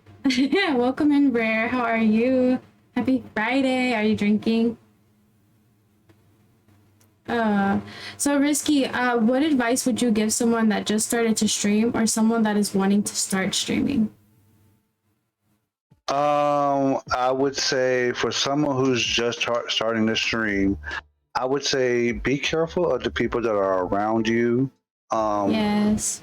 Really vet the people that are around you and make sure they really want to see you succeed, because there are people around you who want to be around you so they can get from you, and which it shouldn't be. We should all be giving to each other, right? Yeah. I should be able to gain at least some type of knowledge from you, or at least support from you, and vice versa, right? We should all be winning together. But there are people who don't like to see you succeed, and they'll wait till you get to a certain level and they want to knock you down. Be careful of those that keep around you, and be very careful about who you choose to be your mods. Because believe it or not, mods absolutely run the stream. A good or bad mod will make or break your stream. 100%. That's true. That's very true. That's very true. No, I've had some streams where I've had, it's weird because the streamer's cool, but I've had mods where they've made it kind of uncomfortable, to be honest. So hold on real quick. Jess V, welcome in. Welcome to the cum zone. Welcome into the cum zone. How are you? Happy Friday. Well, happy Saturday, because you're Aussie. So okay, that's actually really good advice, especially about choosing mods, because I think yeah, that's definitely, it's very important. You definitely do want to choose mods very carefully, or like kind of who you're around, because it can either like make or break you, yeah. So I definitely agree with that. But before we move on, Risky, is there anything that you like to add about streaming to people that are like fairly new to it or have been in it, you know? Do not be afraid to add your own flavor to your stream. Let your stream emit who you are. I know people who are like, I don't want to say, I don't want to paint them in a bad light, but they're a little like emo, like they're monotone. They you don't see them like laughing or whatever so much, but they're a really good streamer. And because they're a really good streamer, and you don't take their monotonous voice or they don't enjoy having you there. Yeah. They do hold a good amount of people in their streams. Now, of course, if they had a camera and they were a little bit more lively, things would change. But your stream should be exactly how you want it to be. Don't let anyone tell you what to do in your stream. Don't let anyone tell you how to do your stream. Let your stream be you. But also at the same time, if someone's giving you sound advice, especially with someone who's been where you are, and of course, our larger streamer. It depends on if you want to be a large streamer or not. If you like having your 10 to 15 people in your stream and they show up every time you stream and you're cool with that, so be it. But if you're wanting to grow, you want to be a bigger streamer, you want to be, hopefully almost everyone who's streaming wants to be a partner. You want to get to partner level, you're going to have to take advice from people who have either helped someone reach partner or are partner, because nobody wants don't be afraid just don't be afraid to let your stream be what you want it to be, and don't be afraid to take advice. Don't be afraid to be different, and don't be afraid to implement new things to your stream and get out of your comfort zone. That's it. Yeah. Gunfighter, that's actually a really good question, and I would like to actually give my 2 cents on it too, but I'll let Risky go first. Risky, do you think a streamer should let the mods handle the chat, or do you think the streamers should be in full control of what is going on in there? 100% the mod, because being a mod that's the whole reason of being a mod. You control the stream behind the streamer's standpoint. The mod is in control of the chat, right? You as a streamer, the mod should know what the streamer wants to happen in the chat, right? Like, you should be able to have a sit down with your mods and be like, hey, this is what I want to see, right? And then from that point, it's in that mod's duty to take care of that. And if they're not doing that, then you need to get rid of that mod. But the streamer should never have to pay attention to taking care of the chat. Your job is to control the stream, whether it's you're playing a game or you're doing a DJ, or you're doing you're a variety streamer and you're just talking and having, like you and me right now, having back and forth conversation. Your focus is with me. Now, if you tend to take your focus to the chat from time to time to grab things, that's okay. Your mods are 100% in control of the chat, though. Okay. See, I don't know. I'm gonna be honest. I don't know if I don't know. I do see what you're saying. I do see what you're saying. I don't know. I guess for me, because I'm new to this. I guess for me, it's hard. It's hard to kind of like almost letting like that child, almost like having a kid and letting them go. I guess for like me, but eventually you have to send your child off to school, right? Yeah, that's true. And for that time being, the teacher has control of that child. W5 gifted, Majestic. Looks like the meth is kicking in. Looks like the meth is kicking in. Stop. Hi, beautiful. You are up late. I thought you'd be in bed by now, but she's, Star is actually from Ireland. She is one of my first Irish friends. Oh, Majestic Star. Yeah, actually, for the 5 gifted star, I will. I actually do shots. So I will be taking a shot. Oh fuck. Oh, okay, no. Oh, so Risky, if you'd like to take a shot with me, you are more than welcome to, but you definitely don't have to. Let's do it. What you mean? I'm here. Let's party. There it is. We also well, if you'd like to do 2 shots with me. We're here. We're here until this bottle is empty. Definitely, Star. Thank you so much for the 5 gifted. Seriously, I appreciate it. All right, here we go. Here's one. That one was for you, Star. Fuck. Thank you so much for the 5 gifted. Gunfighter, thank you so much for the biddies. I seriously appreciate you guys so much. Yeah, Vixen. We got one more. Yeah, hold on. Let me pour it. I gotta pour it. I'm not cool like you. I don't take it from the bottle. You should. And I've seen you take it from the bottle. Don't play with me. Yeah. I was gonna say, yeah, you got me. All right, here we go. The fucking Catalina wine mixer. Cheers.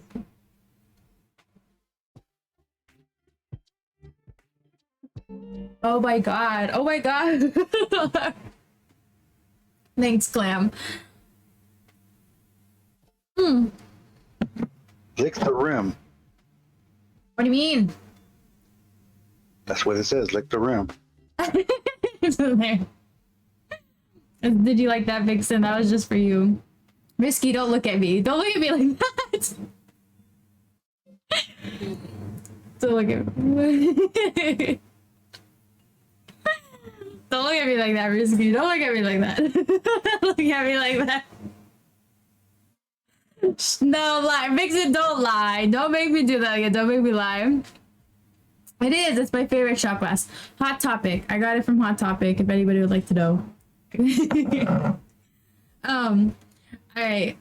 No, I'm not. So yes, 100%. Your mod watches the chat, because if they're not watching the chat, what are they there for? You know what I mean?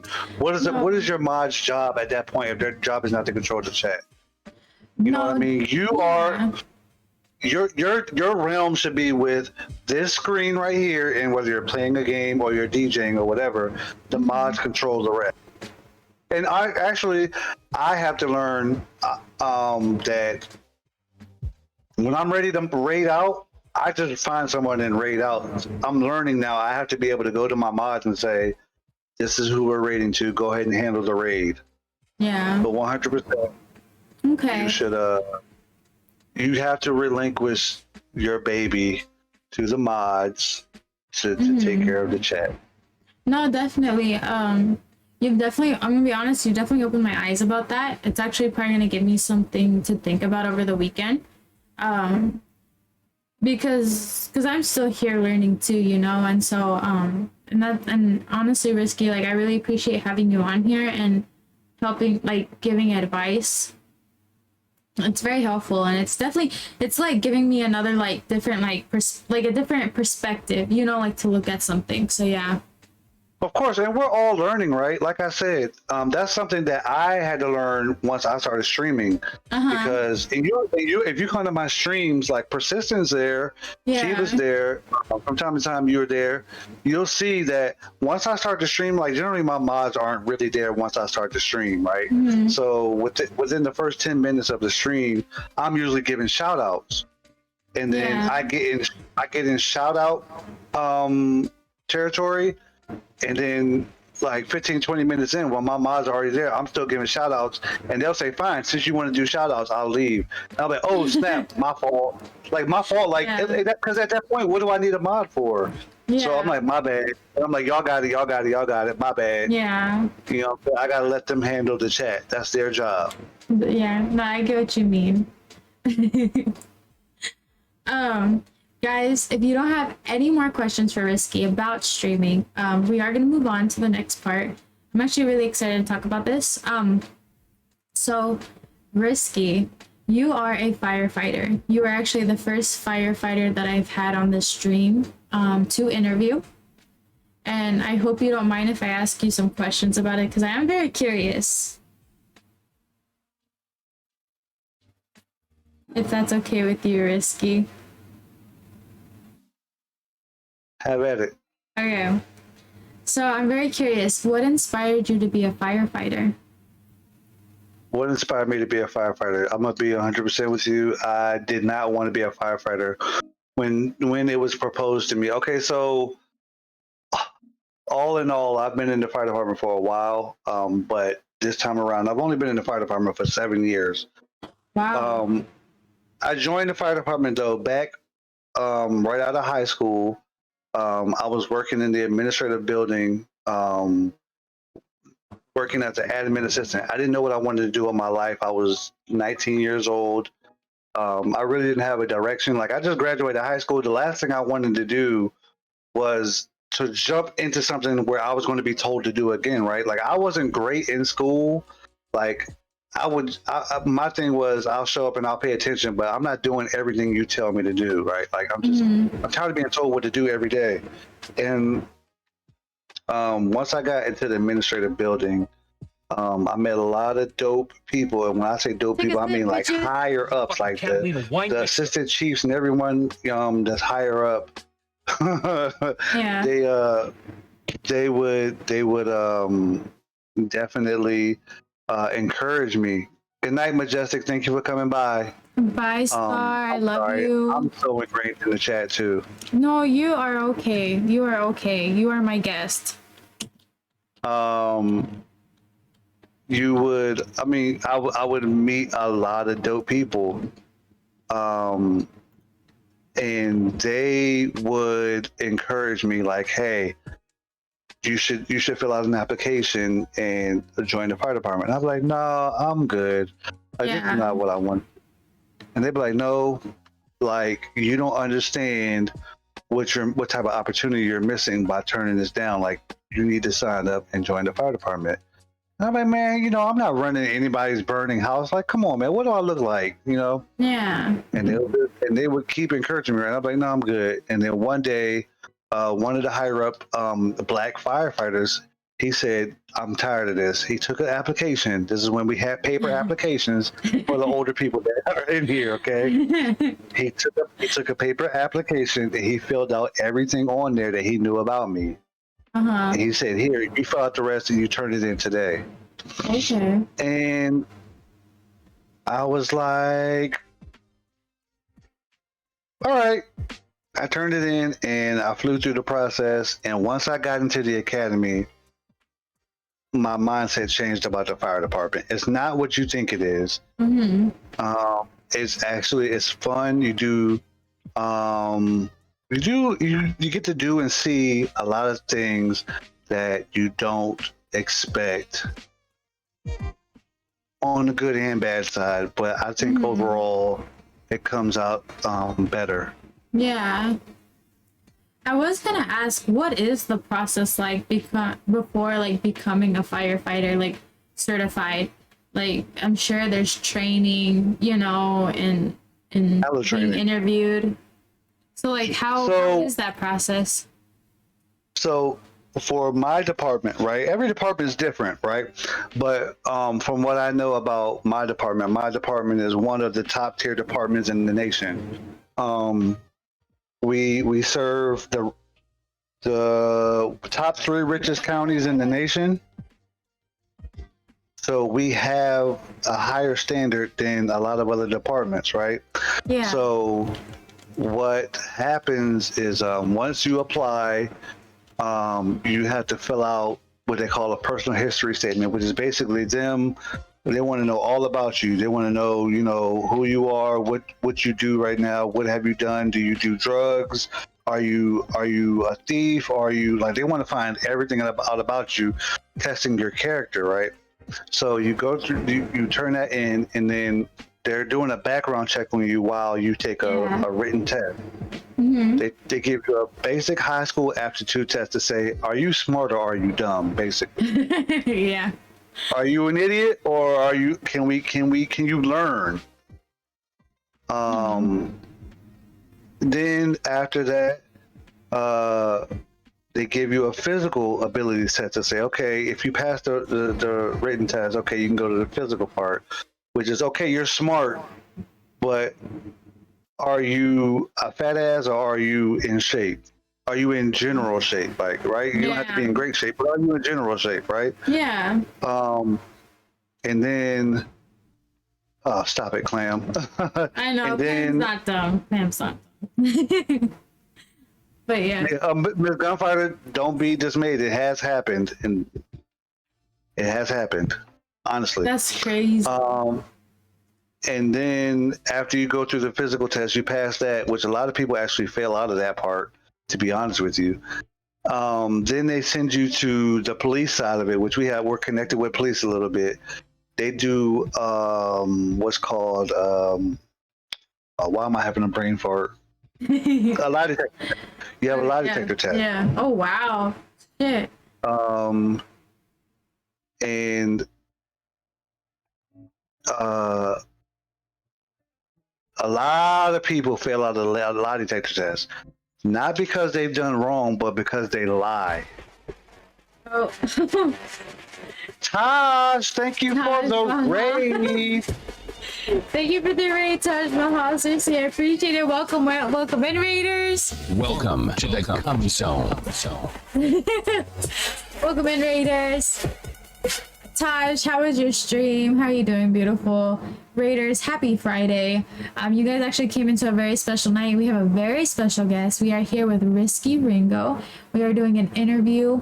Well, welcome in, guys. I hope everybody's having a good night. And again, welcome into the Come Zone. Hey, Slizak. I'm Jennaronis, a variety streamer, and Fridays are our interview nights. And like I said, you just came onto a very special night. And thank you for the follow. Thank you. Welcome I have to fix that. But thank you. Oh, okay. This is a question this is a question from Clam Risky Us. She said, stop. They do all that. Dang. I mean, that's more safe though, is what she said. Right. What's up, Taj? How you doing? Hold on, let me get my Sliz. What's good, gang? How you doing? What's up, Fly? I know these. No, my peoples, you know what I'm saying? I know what you're saying. This is the benefit of going to other people's stream. Oh, yeah. Sorry. I'm sorry to go back. Another thing for new streamers: do not be afraid to go into other streams. Yeah. I know a lot of people who will do their 2-3 hour stream and end the stream and go do whatever. Like, you have to spend time with other people if you want your stream to grow. Yeah. You have to spend time with other people. Now, I can tell you right now, I've been Taj Mahal's stream. I've been to Slizza's stream. Like, these people, like, they know I come and I spend time with them, and they come spend time with me. And because of that, the stream grows. Connecting and networking. Absolutely. Networking is big. I forgot to even bring that up. But yeah, that's another thing. Now going back to the fire department, yes, we have to do. They do it because we are such a prominent department that they want to know: are you a good person? Are you a liar? Are you willing to fess up and say, "Hey, I did this. It was in my younger days, or it was in my past, and I hate it." Right? So yes, they give a lie detector test. That's actually where a lot of people fail out of the process because they hold on.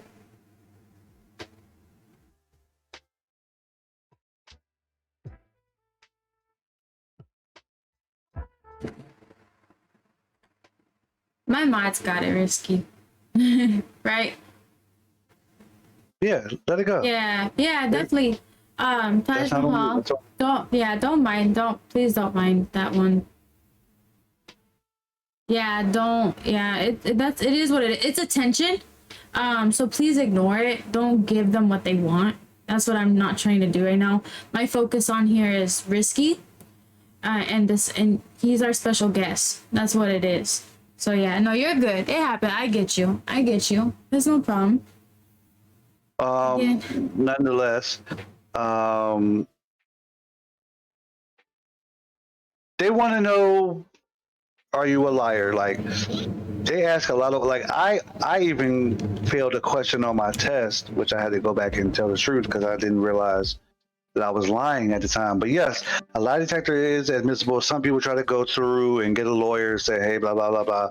The department still says no. Like, we have our own standards. we found you lying. Sorry, but you know they went to the lie detector test. This is the first time I've taken a lie detector, and I was nervous. Oh, shit. And, like, Yeah. it's cool. You know what I'm saying? Like, it's cool. Don't worry about it. Like, everyone who, when this is their first time taking a lie detector test, you're going to be nervous naturally, right? So I'm sitting in the chair and I'm answering questions, and they tell you the first question. They say, "We need you to lie." Because this is going to give us the baseline of what it's going to look like when you lie. So they ask you, "Hey, is your name Jenna?" The answer you want to give them is no. Yeah. No, my name.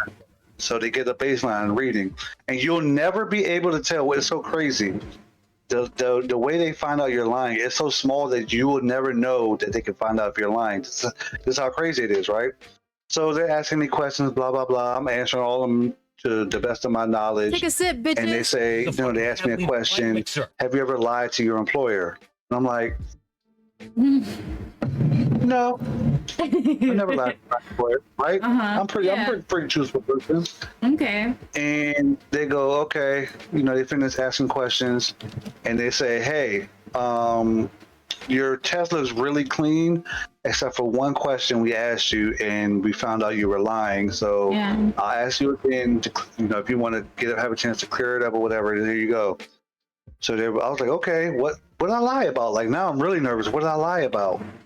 So they're like, we asked you, have you ever lied to your employer? And you said no. And I was like, I haven't lied to. I was like, oh, wait a minute. I lied to them and told them I was sick today so I can come to this right here, the lie detector test right now. And it was like, oh, we get that all the time. All right, you're cool. And, you know, I passed. But, you know, that's just the beginning of it, right? Because once you get through all of that, then you're placed into a pool of people who all applied around the same time you applied. And they pick names. And you can sit on this list for 2 years until, like, they just throw the list out after that, right? Yeah. So you got to make the list, right? And then once you get in the academy class, it's 5.5 months of training. You get a month and a half of EMT, which is arguably the hardest part of the whole training process, right? Because you get a lot of people who have never done EMT, EMS of any sort. You get a week of to learn CPR, 1 week to learn CPR. And you get the rest of the class learning different nuances of EMS. That's 1 month of EMS. You have to pass all the tests or you're out. Oh, fuck. Yeah, you're out. And then after that, you have to take 4.5 months of fire department training, which is fire. You learn how to throw ladders. You learn how to throw you know, hose. You learn how to tie knots. You learn how to do all kinds of things within the fire department that they don't have time to teach you on the outside once you make it out. And it's a really grueling process, but I'm telling you, once you make it in, and once you get into a fire station, it all changes. Like, you really get to meet, like, it turns into your second family because you live there with them for 24 hours a day. So, I do have a question from chat. This is actually from Gunfighter. And she asks, do you think that it is an effective way to choose firemen? Because lie detector tests aren't admissible in court due to it being inconsistent. Do I think that it's a good way to choose? No, but I understand why my department does it, right? Yeah. Because we have to have really tight standards because we are one of the most prominent departments in the nation. And I think what they're trying to do is try to weed out the undesirable people applying for the job. Now, these days, it's totally different now, right? Yeah. It's totally different now because now, unbeknownst to you guys, the fire department, a firefighter is not seen as a desirable career anymore. So now with that, now we're having hiring troubles. We can't hire people because everyone has, since COVID, people have been like, I can earn around the same amount of money or less, and I don't have to leave the house. I don't have to go out there and do hard work. I can sit in front of the computer and blah, blah, blah, blah, or I can stream for 20 hours a day or whatever, and I can make some money. I don't have to leave the house. I don't have to leave the house to go to the grocery store. I don't have to leave the house to go do anything anymore now. So now it's it's a different world now. Like, so now I have to work harder because we can't hire enough people to sustain what the job calls for, because we have people retiring. If you can't replace the retired individuals, now the ones that are there have to work harder. So now I have mandatory overtime. So on days where I want to go home and get some rest after getting rocked the day before, I have to go work at another station because they can't find somebody to work. Oh, wow.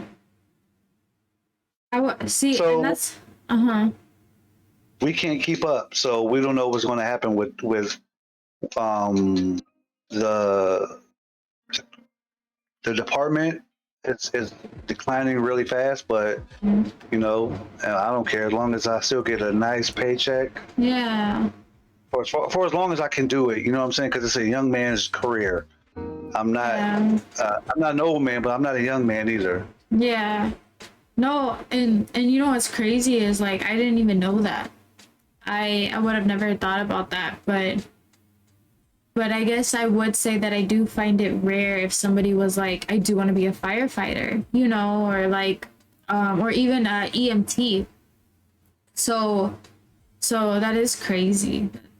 Yeah, it's just not, especially the younger people. Like now, who you find applying for the fire department really are legacy hires, are people who their grandfather, their dad, their uncle, their brothers were firefighters. Now they understand what it's really like. Now they want to join the fire department.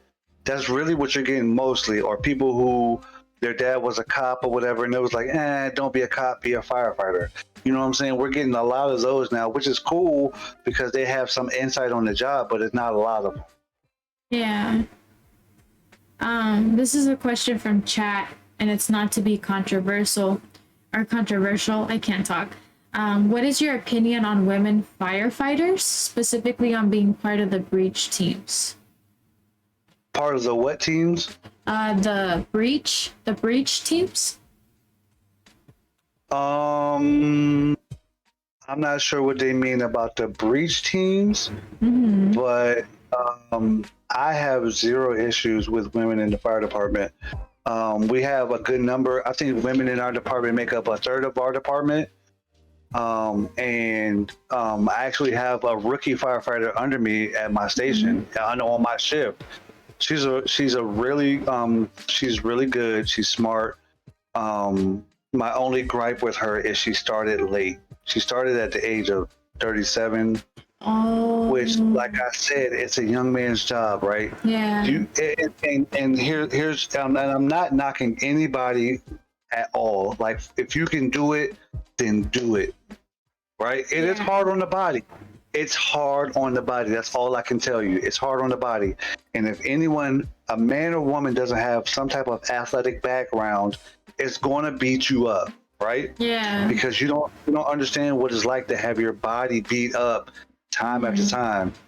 And what y'all don't understand is we don't get a lot of sleep at night.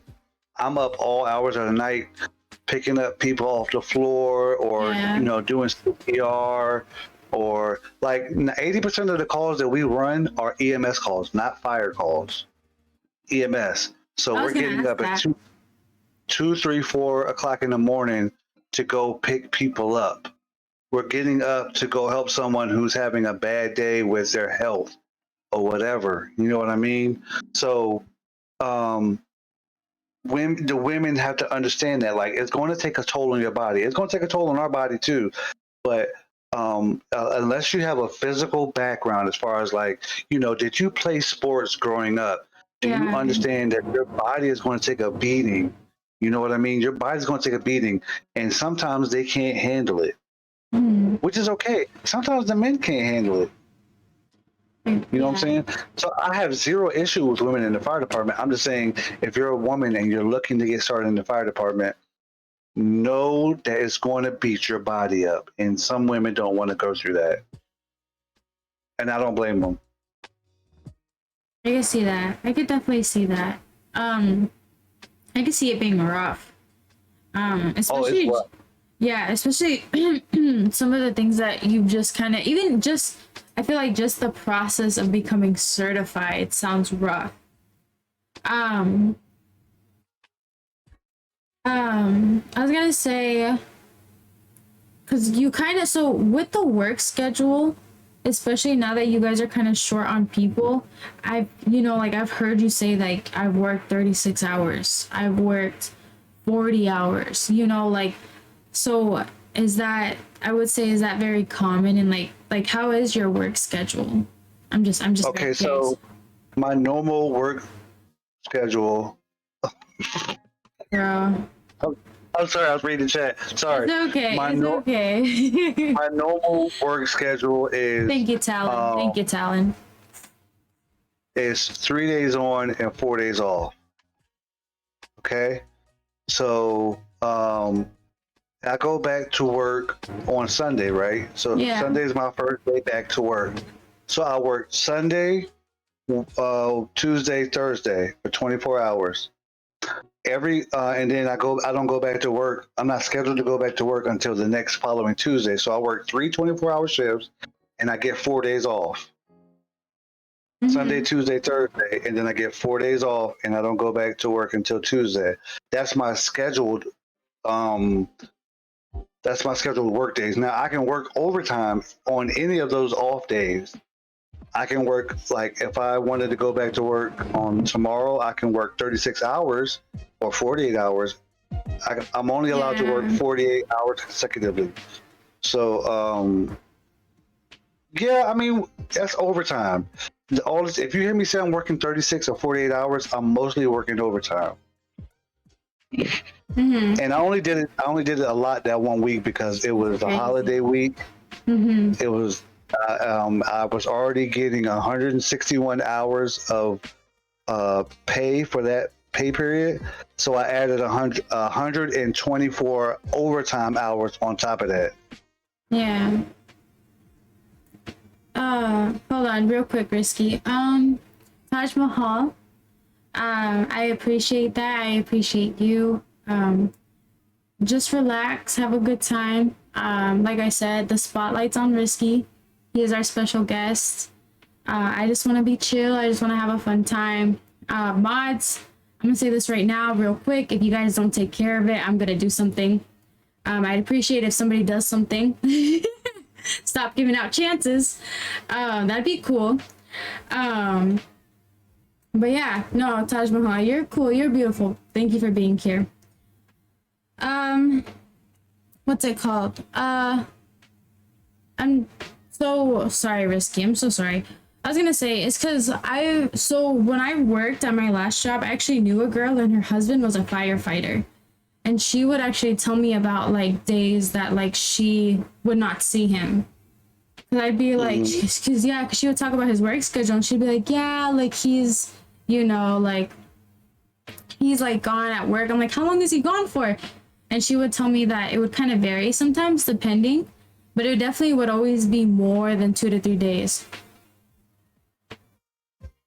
Now, the schedule is different in every department, right? Yeah. There are certain departments where you work like a 48-hour shift and you get 3 days off, and then you work a 48-hour shift and you get 3 days off. There's certain shifts. It's different everywhere. Like, everyone has their own different shift. For my general area in the DMV, everyone generally has the same shift. Yeah. But it changes everywhere. Dev, we kind of we've moved past the streaming part. But I guess is it okay if I ask? If it's okay if I ask you that, Risky, what's your end game goal for streaming? That's a good question, Dev. I don't have one right now. I'm enjoying what I'm doing. I'm enjoying the ride thus far. I don't have an end goal because I never started with a goal. I just started streaming because I had fun vibing with the people that I would vibe in other people's streams, right? So I just say I'm just going to have my own little corner, a part of Twitch, and whoever comes through comes through. Whoever doesn't. It's not the whole goal was never like I never was trying to be an affiliate. I'm not trying to be a partner. I just like to have good vibes and whatever happens. Okay. No, that's really good. That's my end goal. My end goal, honestly, my end goal would probably be, as far as streaming, now that I'm thinking about it, will probably be more or less of a streamer and more of an avid supporter and trying to help other streamers with their stream, and not just like, you know, like I mean like a understanding OBS and all the other facets of streaming, and being like kind of like that background, like, hey, this is what you need, this is what you need to do. You can come to me at any given point and figure out like, hey, what this isn't working, what can I do, and be able to point that person in the right direction. Yeah, that's probably my goal. Like I don't want to be right now speaking. I don't want to be a partner. I don't want to be a big time streamer. I just want to be me in my own little circle, and whatever comes out of that circle comes out of that circle. If I happen to become a partner, I happen to become a partner. If I don't care. I have a career that really takes care of me. It's this streaming thing is what I do for fun. It's a hobby. I like that. That was a good answer. And yeah, definitely, Dev, if you missed anything at the beginning of the interview, he does actually give really good streaming advice. So if that's something that you're kind of looking for, definitely don't feel afraid to kind of go back and rewatch the beginning of the interview. Definitely. But Risky, back to the firefighter stuff. Well, because we were talking about skills earlier, because you go through such a long process. I'm very curious, what is one of the hardest skills to learn and maintain when becoming a firefighter? Ooh, so if you've been around this earth long enough, people would tell you, what you don't use, you will lose, right? And that's with anything outside of the fire department. That's with things you've learned in high school or middle school that you just don't use on a daily basis, you will lose. If you don't use math enough in your daily life, you'll forget how to do certain things in math. So I would say a lot of skills, like I think there are some skills that's kind of like riding a bike. Like once you learn it, you never forget it, but you may be a little rusty getting it off the ground. Something that I would say you would forget to do is maybe throw ladders. If you don't throw ladders often, you'll forget how to throw a ladder properly. And if you don't know how to throw a ladder properly, you can really injure yourself. I can see that. Yeah, and ladders aren't as heavy as you think they are, but they're not as light as you think they are. You know what I'm saying? Like they're not heavy, but they're not light. Definitely. I could see that. I could definitely see that. So what would you say is the most important quality for a firefighter? Most important quality? Yeah. Ooh. And I would say this is probably somewhere where I need to grow, is having compassion. Ooh, okay. Because I'll answer that question in a second, Harv. That's a good question. Having compassion, because Take a sip, bitches. It's a fucking Catalina I'm white. trying to see how I can make this. Thank you, I can make this Vixen. Facebook the stream. Think of it like this, right?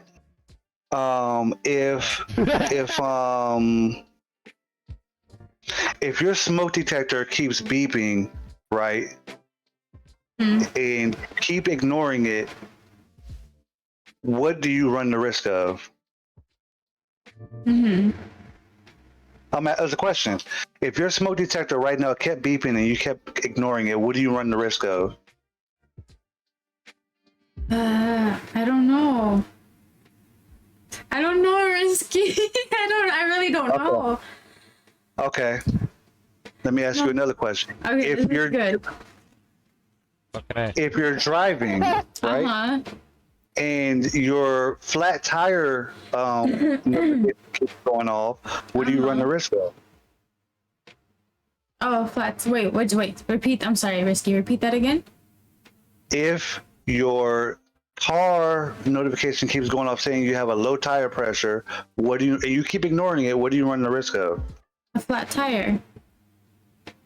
You can cause a major accident because you're ignoring the inevitable, right? So if your smoke detector keeps beeping and you keep ignoring it when it's telling you there's a problem, whether it's a low battery or something's going on that you need to pay attention to, you run the risk of being in danger because you could be asleep one night and it's supposed to be alarming you, but now the battery has ran out and it's not going to tell you that it senses smoke. Now you're in now you're in a big problem. So compassion comes in with us where we run a lot of the same calls over and over and over. So we lose that sensitivity. Okay. I can see that.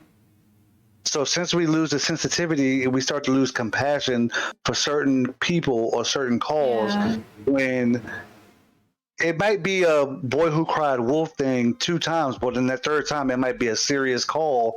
We don't know until we really get into it, right? So like, I'm gonna tell y'all a story. I think I told this on my stream before. There's a lady who has been calling for the last 30 years. She calls my station the last 30 years. Don't judge this woman and don't judge what I'm about to say, okay?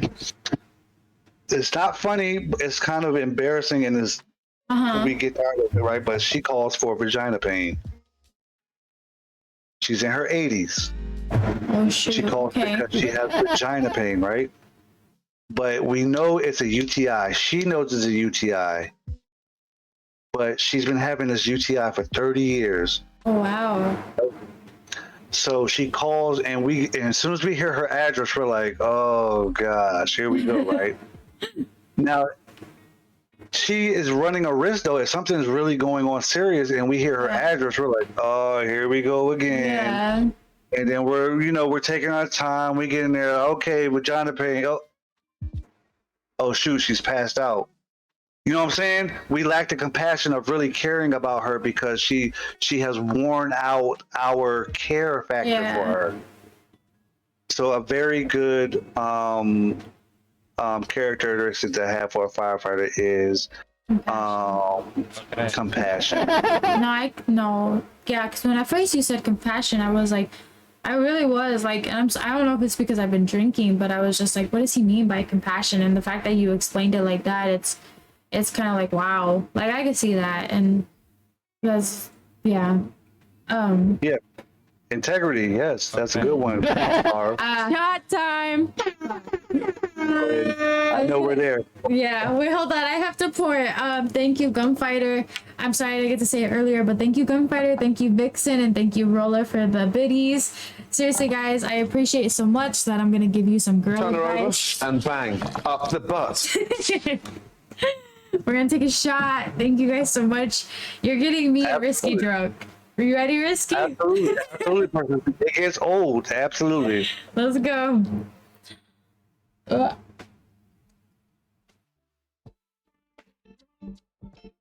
Oh fuck! Lick the rim.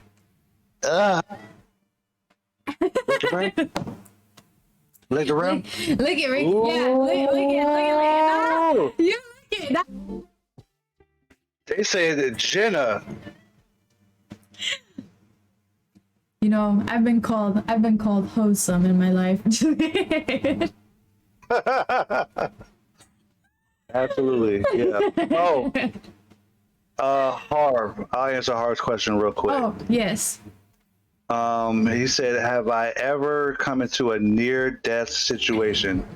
Have you had any near deaths on my job?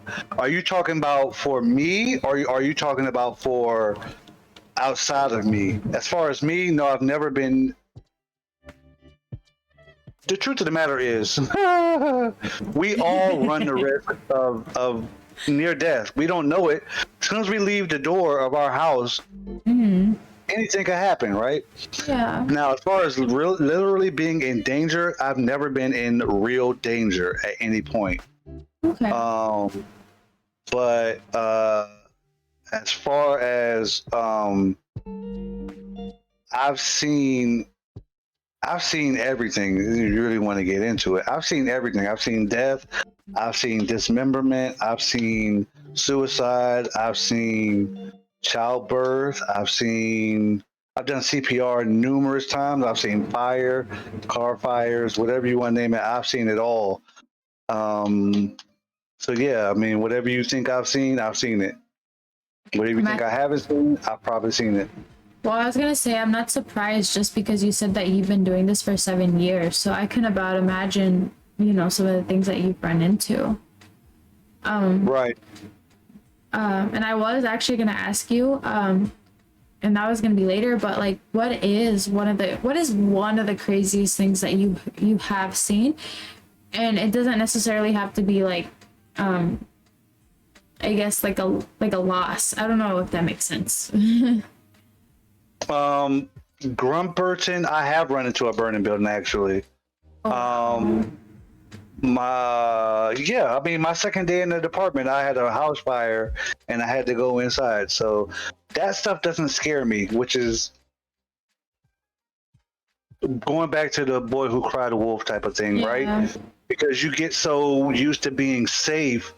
If you're really running into something that's not really safe, that's where firefighters get in trouble. Does it make sense? We get so used to, I didn't get in trouble with this, or I didn't get hurt, or I was fine last time, I'll do it again, and then this is something really serious that you tried it, you got risky too many times, and this time you're going to pay for it. So yeah, I've definitely run into a burning building. Oh wow. My best friend said that too. You really do see everyone in a bunch of absolutely persistent. You see a lot, and this is one thing. If anyone here has ever thought, that they want to be in the fire service, it's rewarding. It's very rewarding. Okay, but you have to know once you get in there. You have to be ready to see anything at any given moment. I tell my rookie that all the time, like, because we're around the station, we're laughing, we're joking, we're having fun. I'm like, hey, enjoy this moment, because once the tones go off, be ready for anything. And I don't care if they say, oh, this person is just hurt, general pain. I've had that come out, and I got there and they're having general pain because they've been stabbed. You don't know. You don't know what you're going to see. So be ready for anything. Your mind has to be ready. Having this ready is very important, because if you're not in tune up here, stuff will get to you. And you have to be able to either be ready here or say to someone, I can't do this right now. Yeah. You know what I'm saying? You got to do your job. We all have to do our job. Sometimes you got to find a way to shovel it to the side and do your job. Unfortunately, that's where we are with it. We have to do our job. I'll tell y'all right now, one of the worst things I hate dealing with are like poopy calls. I hate it because I'm not interested in touching your shit. I hate touching smelly things, smelly people. Oh, God. Oh, my God. I cringe every time, and I'm just like, fuck. But you got to do it. Like, you got to do it, right? It's the way of the job. It's got to get done. So, definitely. Yeah. This is a question from Dev. I would like to ask you if that's okay. Go ahead. How do you handle living in a firehouse and being away from home? Honestly, Dev, I'm gonna keep it 100 with you. Like I said before, I don't know if you were here, but being at work is like being with your second family. You're there for 24 hours a day. Yeah. You might as well open up and accept that I'm going to be here for 24 hours, and for 24 hours I'm here, I'm going to treat this like my second family. You have to, we all become a brotherhood. You know what I'm saying? We brother and sisters. It's not only guys. You become a brother and sisterhood. You look after that person next to you just as much as you want to look after your family member. You know what I mean? If someone's not feeling well, they're having a bad day, they're going through stuff, how would you want to help your brother or sister? That's what it is. And we handle station life like we handle being at home. We get a time to rest, we get a time to break, we eat together, we work out together, we do stuff like that, and it takes the stress off of being there doing work 24 hours a day. Yeah.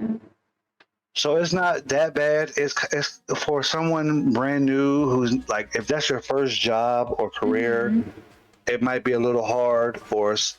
So I don't have like a family. Like I'm not married. Yeah. I don't have a girlfriend. I don't have someone that I have to come home to. But for someone who does have kids and a family, I think it's harder on them than it is the actual firefighter. But yeah, I understand. Like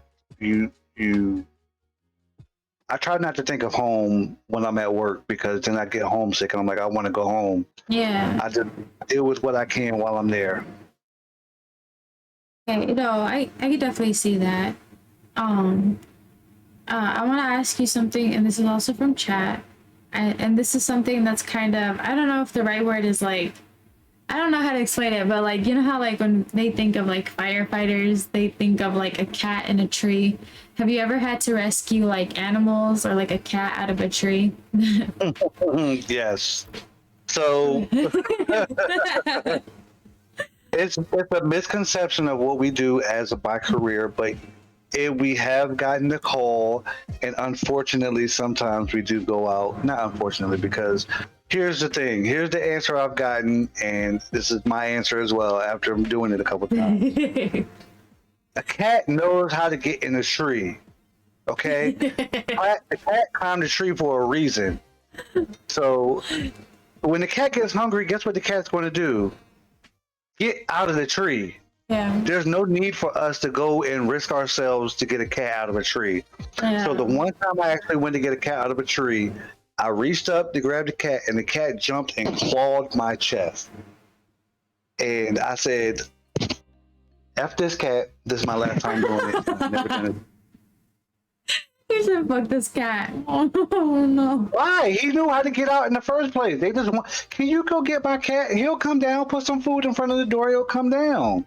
I would have This cat. bribed him with food. I don't even need a ladder. Just put that out there. Hey, listen, if the cat can, I'm not going in the tree to get another cat. I'm not doing it. All right, I can see that. But Risky, and this is from Taj Mahal. What are your I'm sorry, I'm feeling it. What are your New Year's resolution? My New Year's resolution, with career-wise, or are we talking? Okay, career-wise. So I have become stagnant. I'm not even gonna lie. I've become stagnant with my career. I've gotten comfortable where I am. I really like my station. I like the people I work with in my station, and very soon, my station is going to be changing because my captain is about to retire. The engine driver is about to be promoted to a lieutenant. I have another medic on my shift who's about to get promoted to lieutenant. So the shift is changing, and I have to be able to roll with the changes and make my own changes. So instead of just becoming a firefighter, I have to start taking classes to become an engine driver, or at least a backup engine driver. And I do plan on taking the next test to get promoted to an engine driver. That's my New Year's resolution, to not be so lazy. I've been lazy. I'm happy with where I am, and I don't want the boat to be rocked, but I'm going to have to change some things. I get that. I definitely get that. Change, something that I've learned is some people just don't like change. But if you know, it can be hard. It's difficult. But I mean, I definitely get what you mean, Ringo. Or Risky Ringo. I'm sorry, Risky. I'm drunk, I think. Either way. Risky, I'm gonna ask you this next question, and then I apologize, but I'm gonna be BRB. I have to open the seal. I do apologize. Look at Risky, don't look at me like that. Just so you know. But this is from Vixen. What is a poopy call? Oh, so I told y'all 80% of my calls, and probably 90% now, are EMS calls. I cannot tell you how many old people I've picked up off the floor who have pooped themselves. And I don't mean, it's not regular. Y'all know, we start as babies, okay? We start as babies. We need people's help to help us when we poop ourselves. They got to clean us up and, you know, put us in a pamper or whatever. Then we start to get trained to learn how to potty. We're potty trained. We learn how to go to the bathroom. One thing I've noticed, and y'all should know, is when you get older, you turn into a baby again, right? Sometimes you poop yourself. So I have ran enough calls to where an older person was trying to go to the bathroom. They slipped and tripped on something. They couldn't control themselves and pooped themselves. I ran one guy about a month ago who has dementia. He was laying in the bed.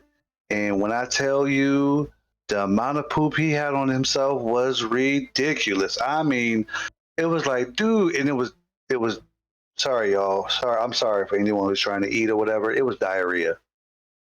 And when I tell you, it was caked all up his arm and down his chest and on his back. I walked in, and if you could read my brain on the inside, my brain was like, fuck this, I'm leaving.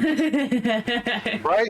I don't want to do this. I don't want to do it. I don't want to do it. Okay? I don't. But I've been called to help, right? Yes. I have been called to help. So I have to do my job. I have to get this man together. If I have to take his clothes off real slow and throw that nasty to the side or cut it off, whatever I got to do to get his poopy stuff together, I got to go to the bathroom and wet a towel and just brush off as much as I can. And the whole time I'm thinking, I fucking hate this job. I got to get him together. It's hard because he has dementia. He doesn't know what's going on. If you touch me with your poop, I will. Oh, don't touch me. Just don't touch me. Stop. Just don't touch me. I want a full, we don't have it, but I wish I could wear a full bodysuit. And just like, I would do anything at that point. If I wear a full, touch me, I don't care because I'm going to take this full bodysuit off and I'm going to be fine. But no, I'm wearing regular uniform, t-shirt and pants. If you touch me, I'm going to lose my shit. Don't touch me. Okay? I'm sorry, sir, that you have dementia. I'm sorry you don't know what's going on. Please don't touch me. I agree. So that's a poopy call. We do that from time to time. Are you like the background? Hold on. All right, hold on real quick. Wait, BRB, let me use go ahead. picture. Yeah, no, don't change the screen. I can talk to the chat for a second. Okay, you talk to chat. I'll be right back. Yeah, I'll see the chat. All right. Y'all see that background right there? Y'all see that? You want to know who drew that? Humble drew that. Humble in the chat drew that emote for me. He drew the emote and I had someone color it and make it like that for me. That's talent right there. That's all Humble. That's all humble. All right, let me go back in the chat so I can read some of these questions. I'm gonna try to answer as many questions as I can. Absolutely. If you come to my stream, you know I have no problem shouting out to people in my stream who do great things. I believe in lifting people up. Let me see. I got the poopy call. Okay. What was the most surprising thing I was trained for? None of it was a surprise. I would say the most surprising thing I wasn't trained for was seeing death. I don't know how they train you. They can train you for something like that, but seeing death, whether it's an old or young person, is hard. I've had to train myself, and once I know that I'm about to go into a crazy situation, I have to separate Risky from the firefighter, right? Just like I had to do with the poopy call. I cannot be me. I am the firefighter. I am the EMT. I am who was called for help. They didn't call anybody else. They called me. So now it's my job to help. Now, once it gets out of my scope of help, then we go find somebody else. But I don't think there's anything surprising that I was trained for. I think it's surprising for what I wasn't trained for. That's the biggest thing. But good question. I love watching Chicago Fire. Crazy how different truck engine and squads can be absolutely persistent. There are actually certain stations where you can notice a difference. Like there's one station, we call it the big house because they have every unit. They have an ambulance, they have a medic unit, they have a truck, they have a rescue, they have an engine. They kind of become cliquish, right? The engine people only mess with engine people. The truck people only mess with truck people. The rescue people only mess with rescue. Rescue or squad, same thing. They only like because you become a unit, right? Because you get so accustomed to riding the same piece with the same people over and over again, you're a unit and you become really tight. But the benefit of that is you really get to learn each other, and there are certain times where I don't have to say anything when I show up to work. They know how my night was. They know how I'm feeling. They're like, all right, let's not bother him today. You just get to learn that kind of person by being around them over and over again. Welcome back, drunk girl. How are you?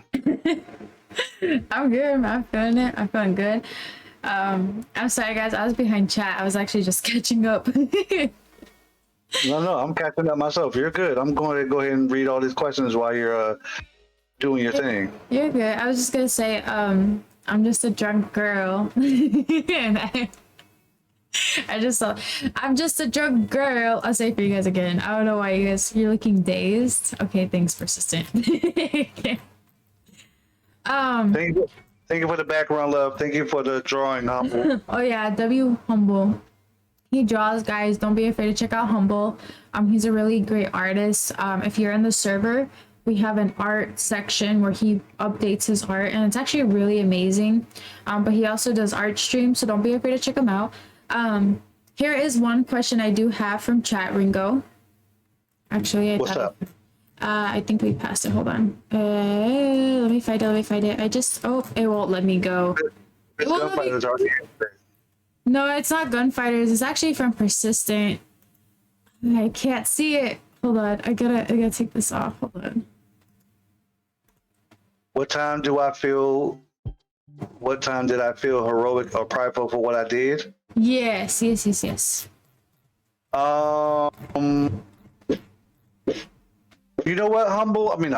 humble because I read humble after that. Persistent.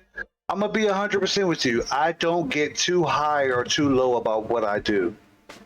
Remember when I said I separate Risky from the firefighter or the EMT, whoever I am at that point. I don't get too high or too low about any moment because I know that something can come right behind it. So one thing that is told to us is you gotta be humble, right? Because You can be the world's greatest firefighter in one call, and the next minute you'll look like the dumbest motherfucker that ever stepped in the fire department. Because the things that we do are never the same. No two calls are ever the same. I don't care what anyone thinks. No two calls from minute to minute are ever exactly the same. That's the beauty of what we do. We're trained for a lot of things, but you also have to be able to be flexible. And maybe what you did last time worked, but you got to change it and do it this way this time so it works better. The fire service has a particular way to humble you.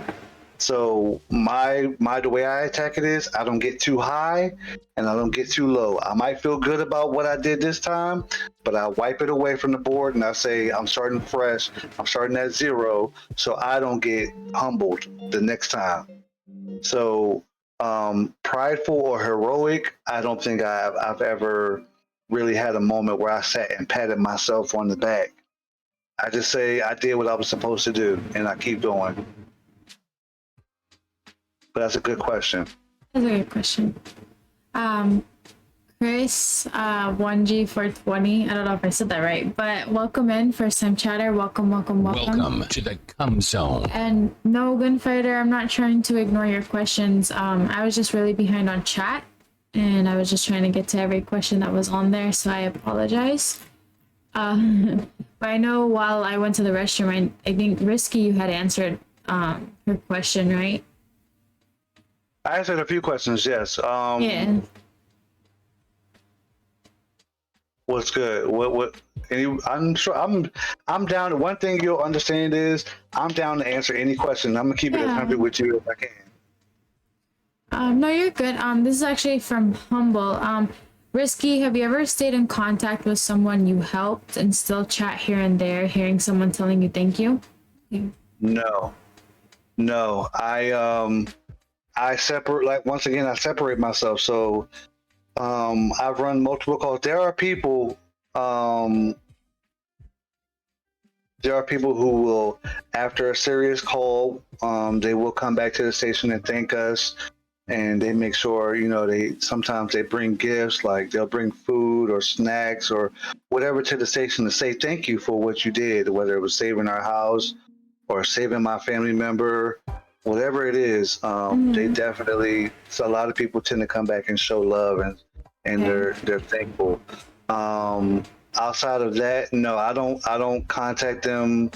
I don't get their number. I don't do any of that because one thing that happens is people start to gain, what is it called, hero syndrome? I think it is. I can't remember the name of it. Where if I were to save someone and they were thankful for it and we kept in contact, that person feels more attracted to me because I saved them at a point in time in their life. And I don't want to be like, I don't want someone to be hanging on me because I did something good for them. Like, it's okay to say thank you, I appreciate it, here's a token of my thanks, and that's it, and we keep it moving. But I don't want them to feel like they have to hang around me for long at all. No. No, I can see that. I can definitely see that. So, Risky, I'm actually very curious. What is something that they do on TV for firefighters that you're like, no, that's not even how it goes down. That's completely wrong. Because I have an ex that was in the military, and when we would watch shows or like movies based off like military or like the way that they went in with like holding a gun, he used to like just be like, nah, fuck that. That's not how you go in. That's not how you do things. This is all wrong. Is that same like when you watch firefighters like on a show or a movie go in? Would you say it's some? Let me preface this with saying, I love Chicago Fire. Okay. Now, on the back end of that, hell no, that ain't real. Okay? We don't run serious fire calls all day, every day, one after another. Like, that stuff is, so I've been in the fire department for 7 years. Mm-hmm. I've had one house fire. I've had 4 car fires, and I've had 1 miscellaneous fire.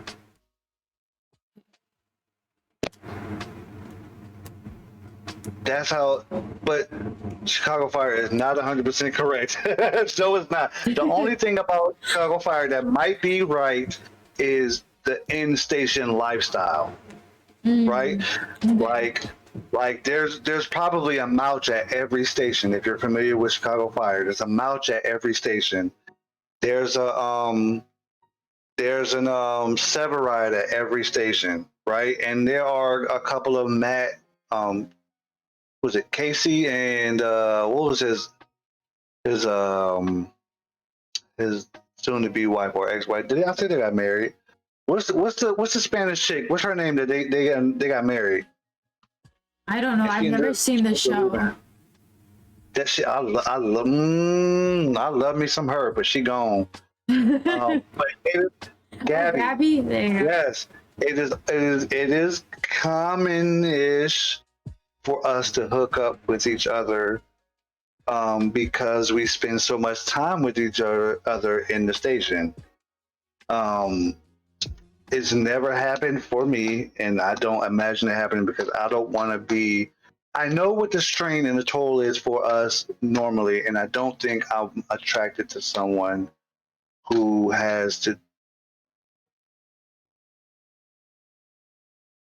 I take that back. I'm attracted to some of them. Okay, there's some beautiful women in the fire department. Okay. I don't see it working out because that's a lot of stress between the two of us. You know what I'm saying? I gotta deal with what you're going through. You gotta deal with what I'm going through. I don't know. I don't see it happening, but hey, look, if one come up and it's like, hey, how you doing, girl? Say, let me stop. No, it happens, and we handle it accordingly. You're not allowed to be in the same station at the same time, so it doesn't really happen like that. Okay. Okay, Risky, this is from chat. Is there a rival? I can't talk. Is there a rivalry? Did I say that right? Is there? I can't talk. Is there like a rival between like first responders, similar to how like military branches are?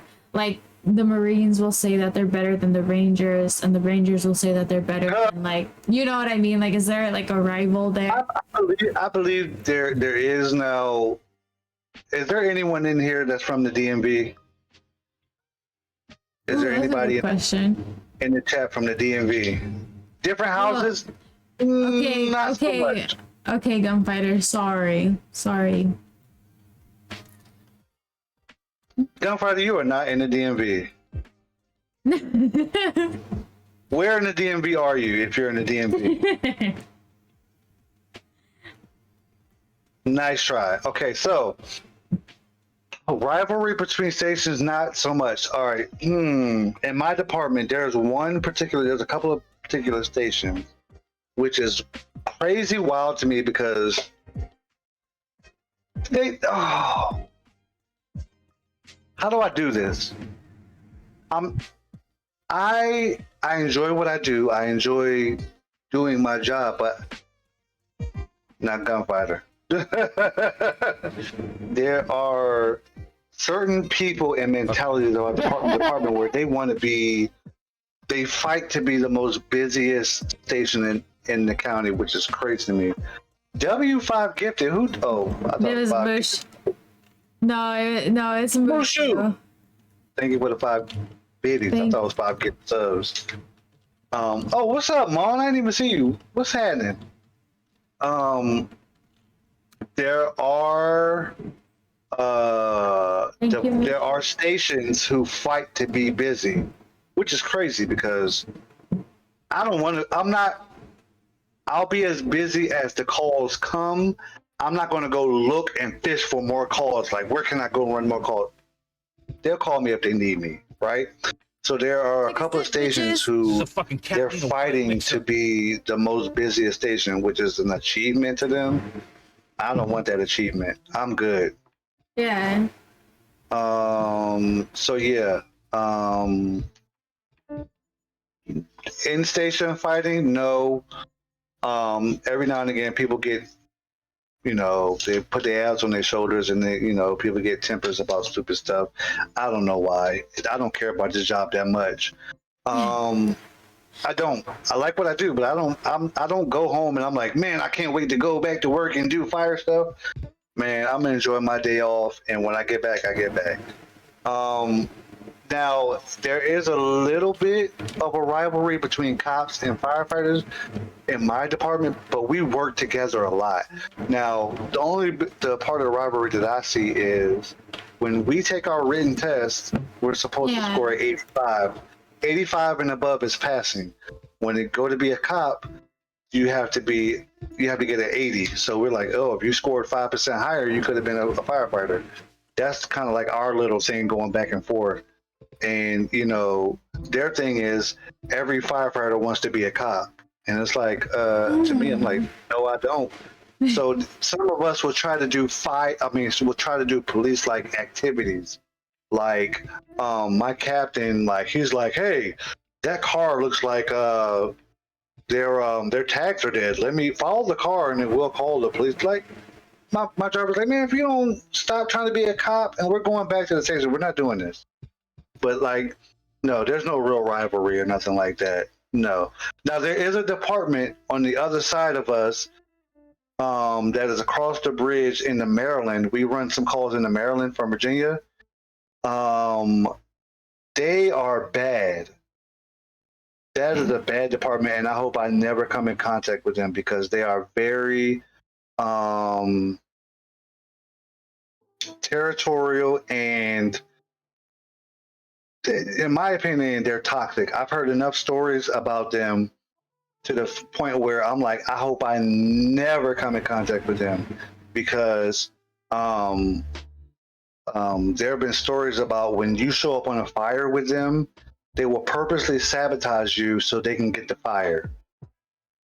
And I mean sabotaging to the point where it can affect your life.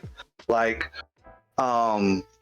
they will pull your face mask off your face while you're in a fire. They will do certain things so they can get like the bulk of the call. And I'm like, I told the dude who told me the story, because he said he used to work out there. I said, if they ever did that to me, you're gonna have to lock me up because I'm about to. You better not threaten my life. You do something else, I don't care really. If you don't want me to go in, fine. I mean, have your little rinky-dink fire. But we're supposed to be saving something, not fighting each other, right? So they're crazy. They're like cowboys out there. Like, that is crazy. They will do wild stuff, and I'm like, I hope I never come in contact with them. Yeah, no, I don't blame you. That's too much for me. What part, gunfighter?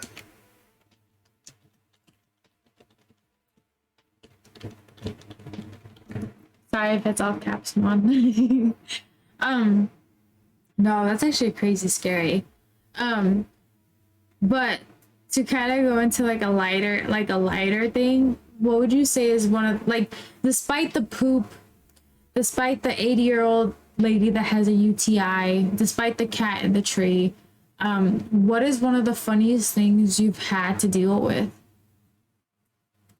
The funniest things? Yeah. I've had tons of funny calls. What's the funniest one that just comes to your head right away that you're like, man, that was like crazy, like a funny ass day? Like, I got you, man. I got you, bro. We're gonna share what we got.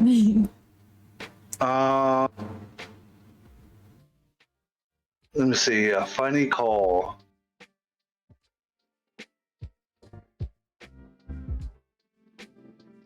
Okay. This one involves my coworkers more than me. Okay, Miss Gunfighter might not be lying. But okay, I believe you for now. For now.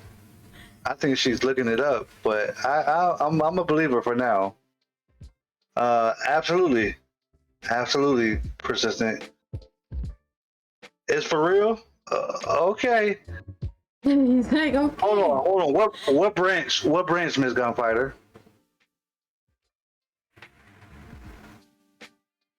I'm gonna catch her. I'm gonna catch her if she lying. She not lying. I don't think she's lying. Oh, sorry. I believe you for now, though. So this involves a coworker more so than the actual call, right? So we ran a call for this elderly couple bitches. one night, and the husband was having breathing problems.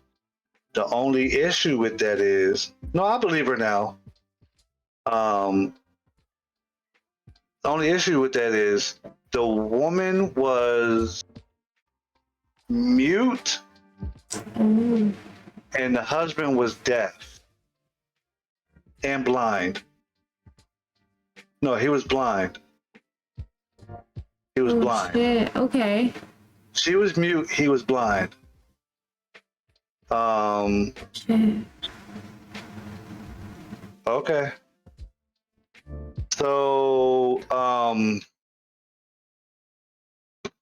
so we go to get him out of the bed, right? He couldn't walk. We go to get him out of the bed.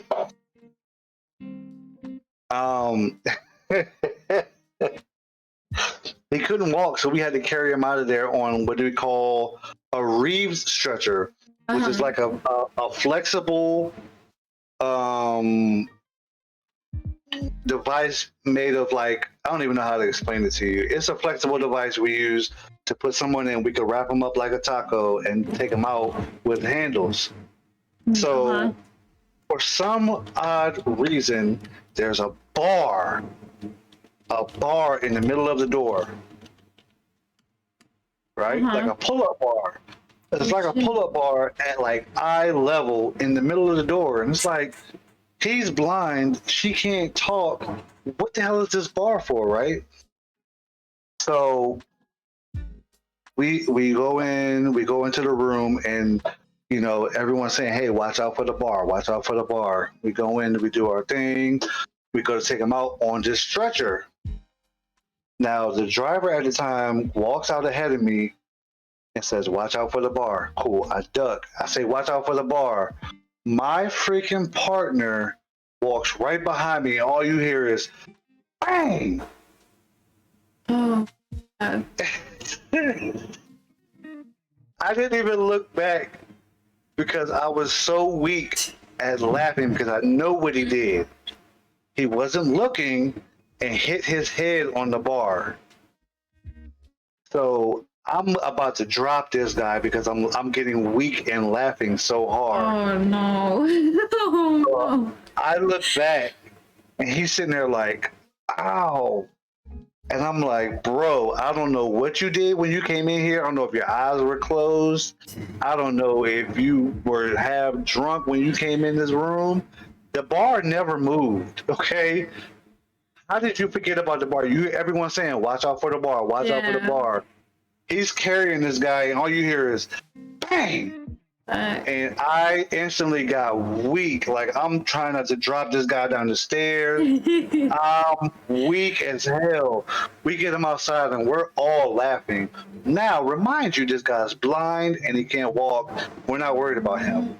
The wife, on the other hand, can see, but she can't talk. So she's like trying to laugh because she saw it. She couldn't hear it, but she saw it. And she's like doing sign language and stuff. And my lieutenant at the time, she knew sign language. So she's doing sign language back to the lady. And I'm like, what's going on? She's like, she's checking on him, making sure he's okay because she saw him hit his head, but she's laughing too. Man, we got back in the unit. We laughed so hard. That's so funny. That's one of the funniest calls. Absolutely. One of the funniest calls. Okay, this is from Gunfighter. How do you Okay, I'm sorry. I'm trying to read. How do you remove someone who is grossly overweight like Jenna? I'm talking like 700 pounds or more if there's a fire. What up, TJ? Welcome in, TJ. How are you? How you doing, sir? Hold on. Never mind. I'll bring it up to you after the screen. Okay. How do we remove someone who's 700 pounds? First of all, to remove someone who's 700 pounds from a building, period, not talking about fire, is tough as hell. I've done it one time, and I hope I never do it again because it is really hard, right? I can see that. And let's be honest, the world is crazy, right? Excuse me. But I don't understand for the life of me, why are all the fat people not on the first floor? Frisky. How the hell did you get your ass up to the third, fourth floor? Now you want me to get you out of here? Bruh, help me help you. Get on the first floor. Bruh. He's got a point. He's got a point. Breaking my damn back trying to get your ass out of here. Like, bruh. Why y'all never on the first floor? So yeah, I had to get this dude. He had to be every bit of 600-700 pounds. Not a fire, mind you, not a fire, right? And normally when we respond to medical calls, an engine and an ambulance will show up, right? Mm-hmm. When I tell you this guy had to be every bit of embarrassed, right? Because there was an engine, it was 2 medic units, it was a rescue unit, and another unit there to help. Not for anything else but manpower because he was that big. That's crazy. I'm good. I'm doing good, TJ. I'm doing good, bro. Thank you for asking. Thank bro, you, when I tell you this motherfucker was so big, I was like, I would be embarrassed to be that big and like, who do I call on for help? I would cry because I had to call somebody to get me out of here and I can't help myself. I can't even help you. Why isn't your big ass on the third floor? Top floor, bruh. I'm sorry. I'm no, get off my chair. No, you're good. You're good. No, I've worked in a nursing home, and believe it or not, in nursing homes, it's not just old people. It's people with disabilities. It's people that are overweight, that are 700 pounds, 600 pounds. I've had to be in the rooms where like they've had to pick up a man that was 600 pounds with a machine to wipe him. It's rough. It's very rough. It's definitely embarrassing.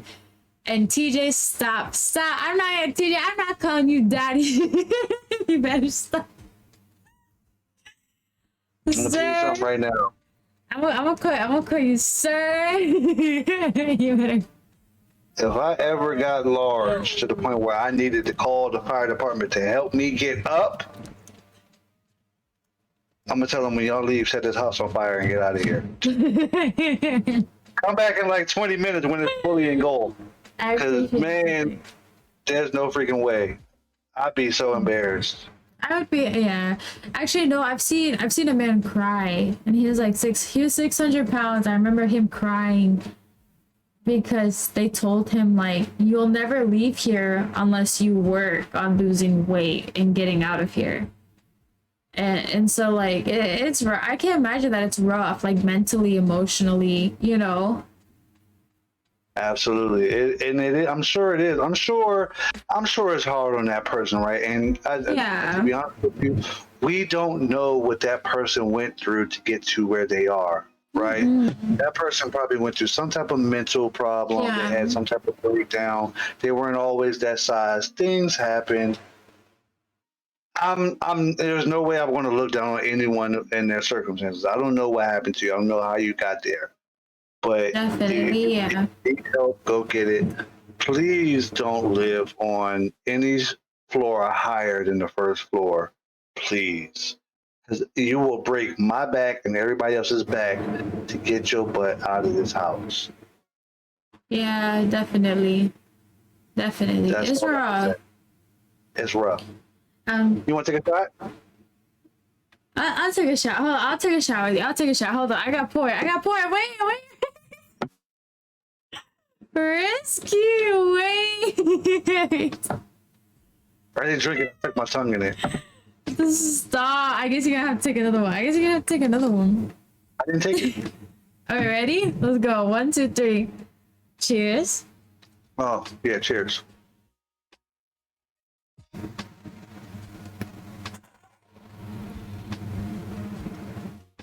I got one more left to finish off the bottle. Let's go ahead and... No. Let's just wait. Let's wait till the end. Let's wait till the end. Come on, Jenna, finish it now. Come on. All right, let me pour it. Actually, I'm almost done with my bottle. Yeah. I don't have, yeah. All right, let's go. You ready? Bitches. Mm-hmm. Cheers, let's go. Risky.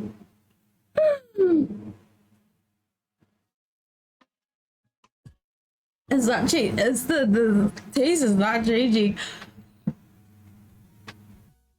I'll lick this. I'll lick the rim. Dude, that was not sexy. That was not sexy.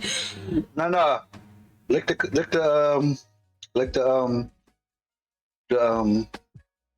rim of the bottle you pour. I'll do it. I'll do it if you do it. Hell no, right? No. No. Question, please. Okay. All right.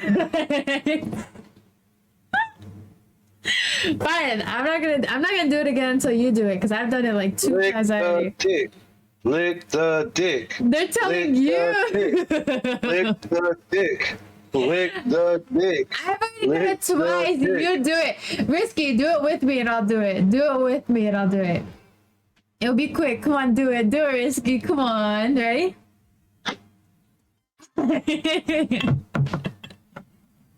Oh. Yes. Okay. All right. Okay. Okay. I only have a couple more questions about the firefighter, and then we're gonna move on to the next subject. But Risky, what advice or info can you give people that are in a situation where they're like in a fire in their home or building or somewhere that most people don't look like, or that most people don't know? Another one. Aw, thank you for the follow, Boner. Welcome. Welcome to the Come Zone. That's crazy. No, seriously. Well, like, what's something that most people don't know about fires that, you know, that it's like maybe common sense? I'll give you one. Okay. That's it is a good thing to close your doors at night, and by doors I mean inside the house.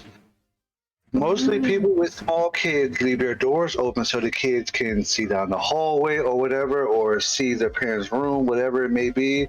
okay. It's been a proven study that it takes fires much longer to get past a door, right? Because what the things that fire needs to happen are heat, an ignition source, and oxygen. Oxygen is one of the biggest things that fire needs to continue to grow, right?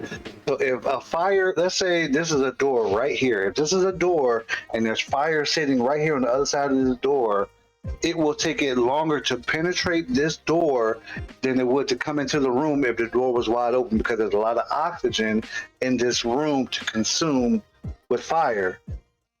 Close your doors. Okay. Oh, and W800 followers. What am I talking about? I think followers. I think we're close. I think we need one more. If I have 800 follows, that's amazing. Thank you for. If you have 800 followers, you should take another shot. Nah, stop. Don't play. Don't play with me, Risky. Don't play with me, Risky. Let me go find you some followers. I'll be right back. Nah, wait a minute. If I get a follow, you have to take a shot with me too. Jenna. I told you, I warned you, I told you to bring a bottle. You don't listen.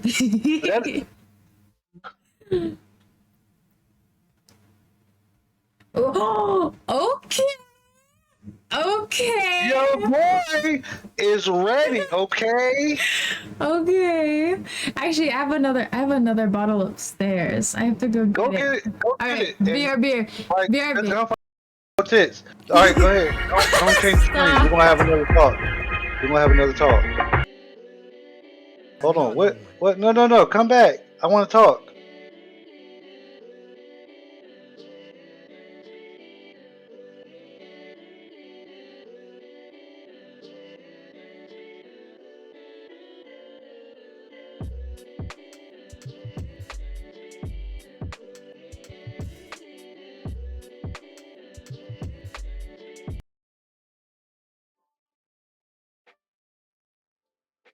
I fixed it. Don't worry, I'm back.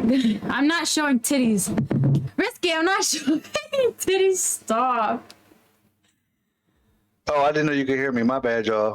They can still hear you. This is my bottle. This is my bottle. It's whiskey. It's whiskey. W800 followers. Let's freaking go. Everybody that's here in the stream, if you're watching the stream and you got something to drink, let's all take a shot together. Yeah, can we take a shot together, guys? I would just like to thank everybody for the follows, because if it wasn't for you guys, I would not be there. But thank you. Oh, we have a first-time chatter. Welcome in to the Cum Zone. Welcome in, Jackie. How are you? Beautiful. Miss Jackie. Miss Jackie, is that Miss Jackie? Do I know? I think I know Miss Jackie. If that's Miss Jackie, I know Miss Jackie is W. Miss Jackie, welcome in. How are you? And we want Friday. And we want titties. No, I'm not showing titties.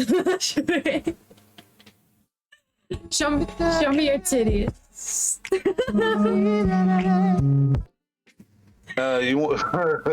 We want to see your titties. No, we want to see your titties. Chat, put titties at Risky if you want to see Risky's titties. Titties at Jenna if you want to see Jenna titties. What are you talking about? No, don't put Jenna. Don't put Jenna. Rocket, go. Why the fuck you lying? I like your soundboard. You always have like such like rhythm to like the music. I'm not even lying. We want to see yitties, okay? No. Welcome to the Cum Zone. Miss Jackie, thank you again for the follow. I appreciate you. No, we're not. I'm not showing titties. I'm a girl. I said what I said. Look, I'm a drunk girl, but a drunk girl is still smart. You heard Wait. that? Did you hear that? I did hear that. Risky, we have to take a shot. Are you ready? Wrong with the pussy. All right. All right. Tell me when you're ready. Why the fuck you lying? Now that's stuck in my head. Cheers. Everybody. On Cheers, three. everybody. 1, 2, 3. 3.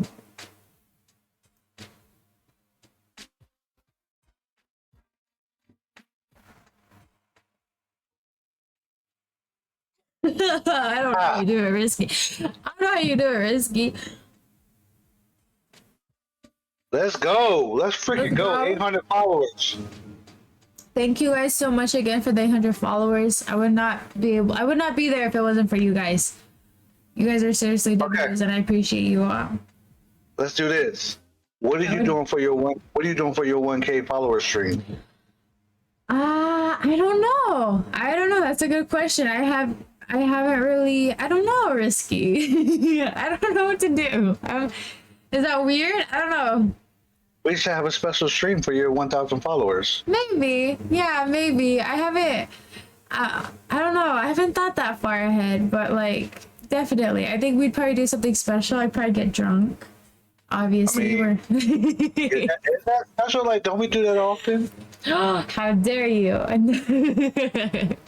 Probably a community night is what Persistent said. Probably. We'd probably do a community night. Risky, I need you to play Piccolo. I think you love Piccolo. Piccolo? It's a drinking game and it's so much fun. It's so much fun. I'm about to say, I thought the Piccolo was an instrument, and last time I checked, that was like a flute, and I'm not playing the flute. No, Humble, I'm not wearing no masks tonight. We have that off. I've seen her mask, Humble. I've been here for a while. Yeah, he's definitely seen them. I think you've seen them all for sure. But Risky, I do have one last question about That's the not true. and then we'll move on. What advice would you give someone that wants to be a firefighter?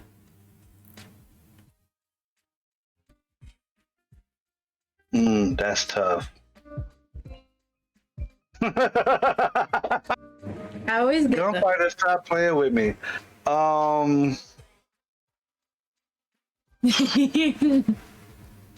What advice would I want to give to say? Okay, if you want to be a firefighter, do your research. Ooh, Do your that's research at the good. fire department that serves your area. 2. 2. Research.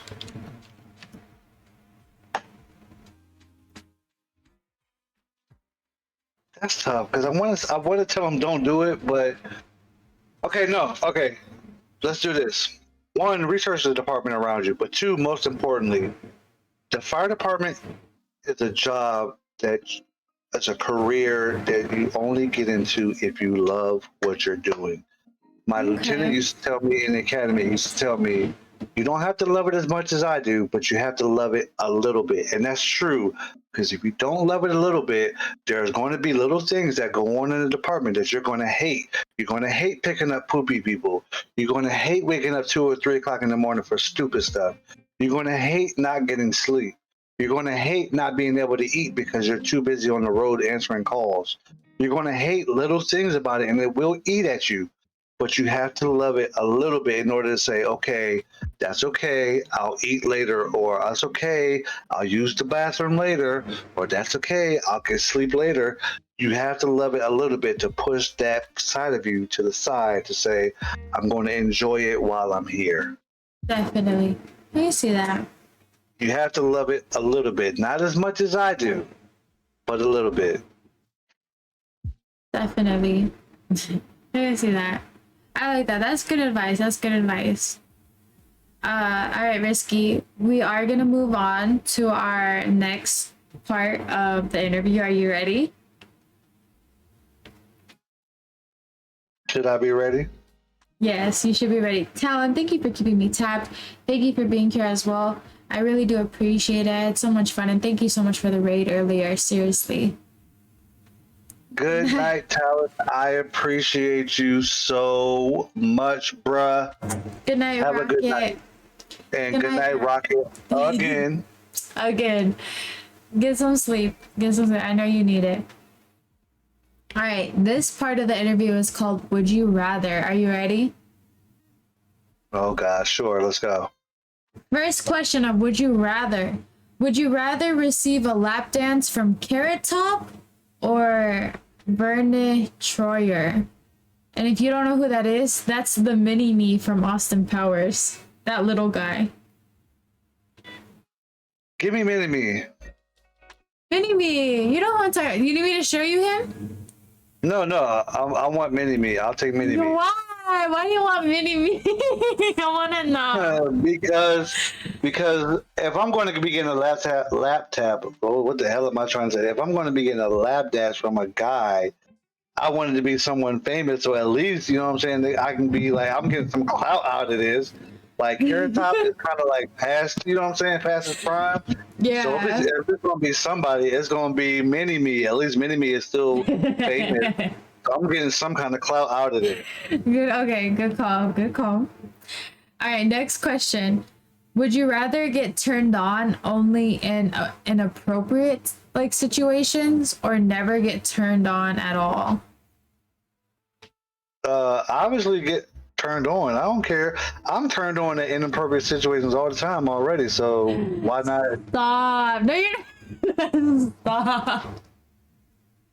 What situations are you turned on in? I want to know. What inappropriate situations? I want to know. Hold on a second.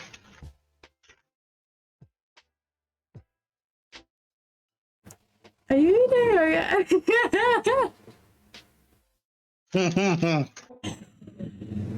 Risky.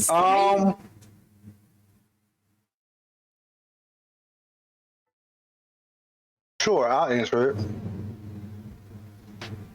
No, like right now, no, I'm not turned on right now. I mean, I'll be honest with you.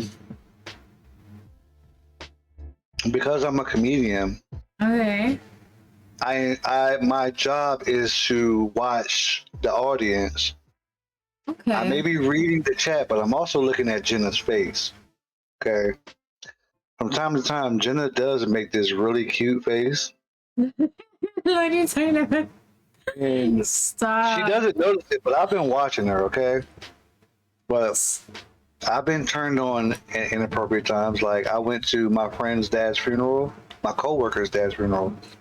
Now the funeral wasn't what turned me on, but I was definitely like, "Oh, she's cute." Oh, wow, she's really cute. And I was going to ask him, like, who is that over there? And then you know what he told me?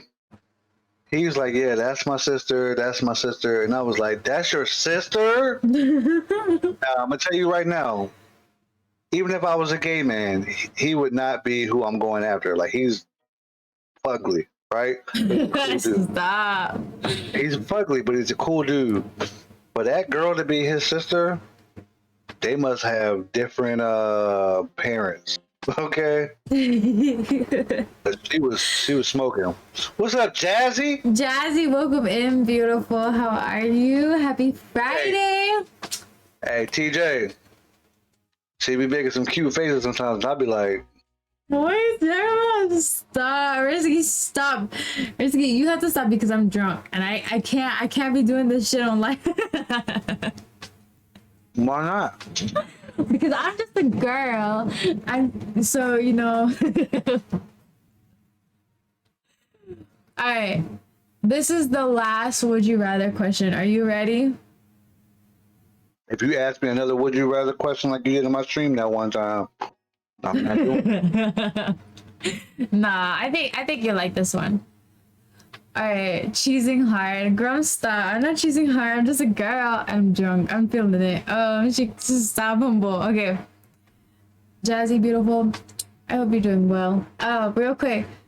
Would you rather get a text that says, I have an incurable STD? Or a text that says I'm pregnant? It's just a baby. First of all, with either one of them, I'm gonna say, You fucking lie.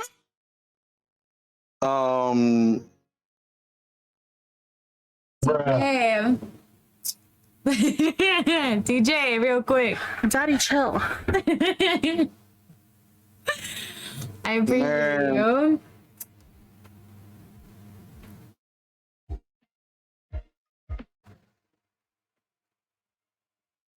give me the baby. Give me the baby. Why? Why do you want the baby? I don't want no damn STD. Give me the baby. Alright, fine. Alright, I'm gonna give you the baby. But that baby comes with child support. I'm gonna say real quick. Nah, give me the baby. Stop, Grumps. Grumps, are you drunk? I feel like Grumps is drinking. Are you drunk? TJ, we're gonna have to fight over it. Stop! I can't right now. Your boy, I can't right now. You better stop. You better stop. We gotta calm down. Everybody calm. Alright. Alright. Are you ready? Because we're gonna move on to our next chapter in this interview. You ready? Sure.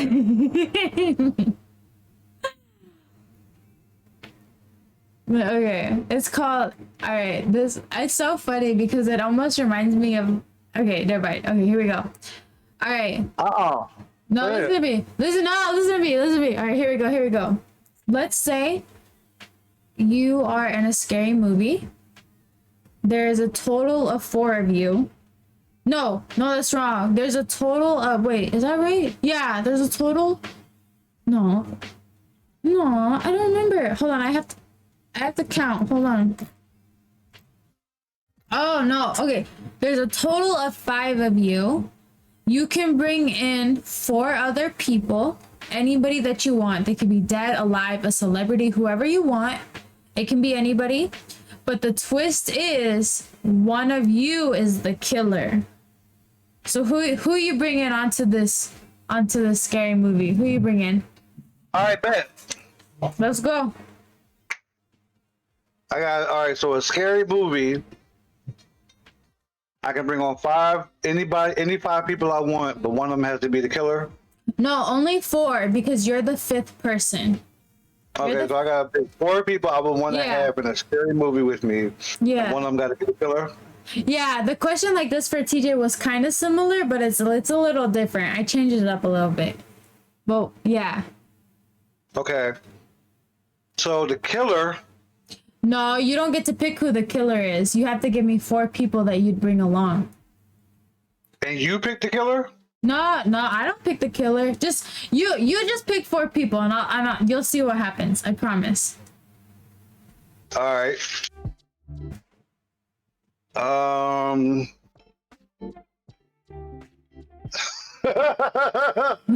gonna choose. Stop. Oh man, I get to pick 4 people Yes. to be in a scary movie with me. Okay. Yeah. Okay, so Me.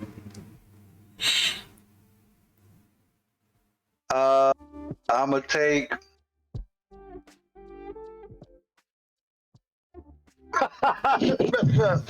I would take what's my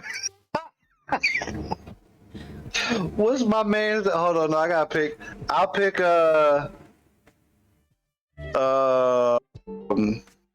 Stevie Wonder. Ooh, Stevie Wonder. Uh-huh. Okay. I'm picking TJ. TJ, okay. Ty Diggity. Ooh, Ty, okay. Alright, Yachty Dotty. No, hold on, that's it. No, that's 3 people. No, I said 4 people. You said 4 people, right? I only Yeah. named 2. Oh yeah, Ty. Okay, yeah, Yachty Dotty. That's my bad. So Yachty Okay, would Yachty be Dotty, Ty Diggity. Stevie Wonder and you. Stevie So Wonder, that's and I 5 pick- people. I picked Yeah. TJ, Yachty Dotty, Ty Diggity, and TJ, yeah, Stevie Wonder. All right. Yachty, Stevie. Yeah, so that's 5. All right. So that's 5. All right. So here, hold on. Don't move. Don't move. Don't do nothing. Don't do nothing. Don't you do nothing. All right. It's gonna be a little different. It's gonna be a little. All right. So here's the scenario. You all planned a vacation together at a fancy Airbnb in Florida, and you all stay there. On night 1, someone in the dead of night gets their head cut off. Who is it? A, B, C, D, or E? And you have to pick. I'm not telling you who's where. You have to pick which letter. B. B? Yeah. So Ty Diggity just died. He got his head cut off. You killed off Ty. Oh no! Why do you have to go? So because Ty died, TJ finds Ty's head in their bed in the morning.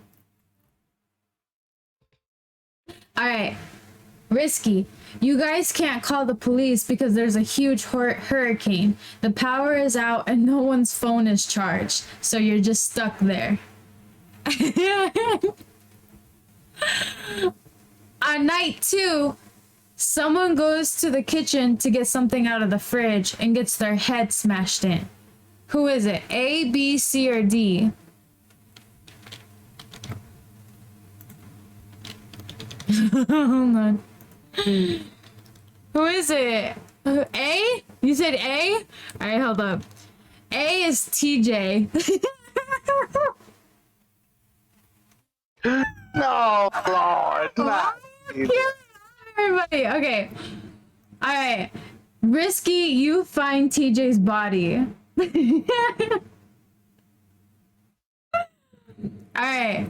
Hold up. Let me do this. Hold on. I want to make sure I get it right. Alright. On night 3, someone gets crushed by a chandelier. Is it A, B, or C? Who is it? Risky?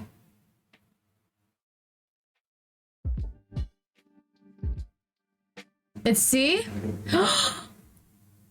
Risky, it was you. You died by to kill me. What I do? What I do? Stop. Okay. All right. All right, here we go. All right. This is okay. You got to pay attention, Risky. It is now only down to 2 people. You must pick which one you think is the killer. If you get it wrong, that other person The dies. fucking Catalina wine. If you get it right, they live and beat the killer. Who's the killer? Which is it, A or Stevie B? Wonder. You got it right! How did you? That's all we can hand you have. It's always... Thank you for the sip, Grumps. Alright. Because you picked the right person, Yachty Dotty fucks up and shoots Stevie Wonders, cuts off their head, puts their fingers up their ass, fucks them up. Oh, damn. So Yachty lived. Yachty... I'm glad I died before I got the fingers up my ass. No, that's crazy. Yachty survived. Alright, real quick. Alright, we're almost, you guys, we're more than halfway through the interview. If you have any more questions for Risky or even for me, please let us know now. But Risky, we are now moving on. By the way, congratulations in the game. I'm dying. Yeah, I'm dying. We are moving on now to the big debate. Sorry, TJ. Sorry, TJ. We are now moving on. I'm gonna take a shot for my homies that's no longer here. All right, take a shot for the homies. I'm gonna take a sip. I'm gonna take a sip for the homies.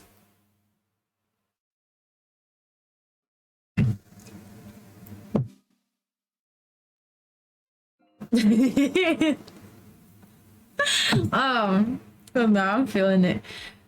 All right, we are now moving on to call LMAO. Rest in peace, me. Sorry, TJ. All right, we are now moving on to the big debate. Are you ready? Sure.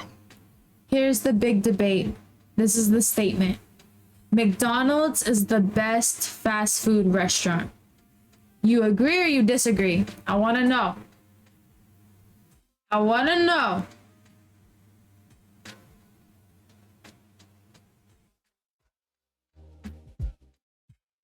Excuse me. I agree. I'm not gonna lie, I agree too. Is that weird? Now, if this is for debate reasons, I'm going to agree. Now, I'm not. Oh, Jesus. I'm gonna be honest with you. I don't like McDonald's. What? McDonald's is next to Taco Bell. Garbage. Risky. I'm sorry, Jenna. Risky, you said you McDonald's- agreed. I thought we were getting ready to debate. I can debate for it being the best. I cannot debate for it. Okay. Let me answer the question over again. Ask me the question again. McDonald's is the best food restaurant.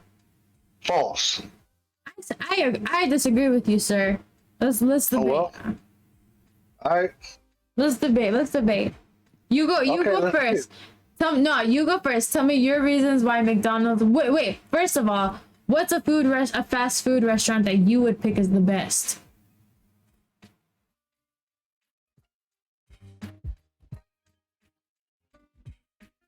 Best or better? Because I can name a whole lot better than McDonald's. All right.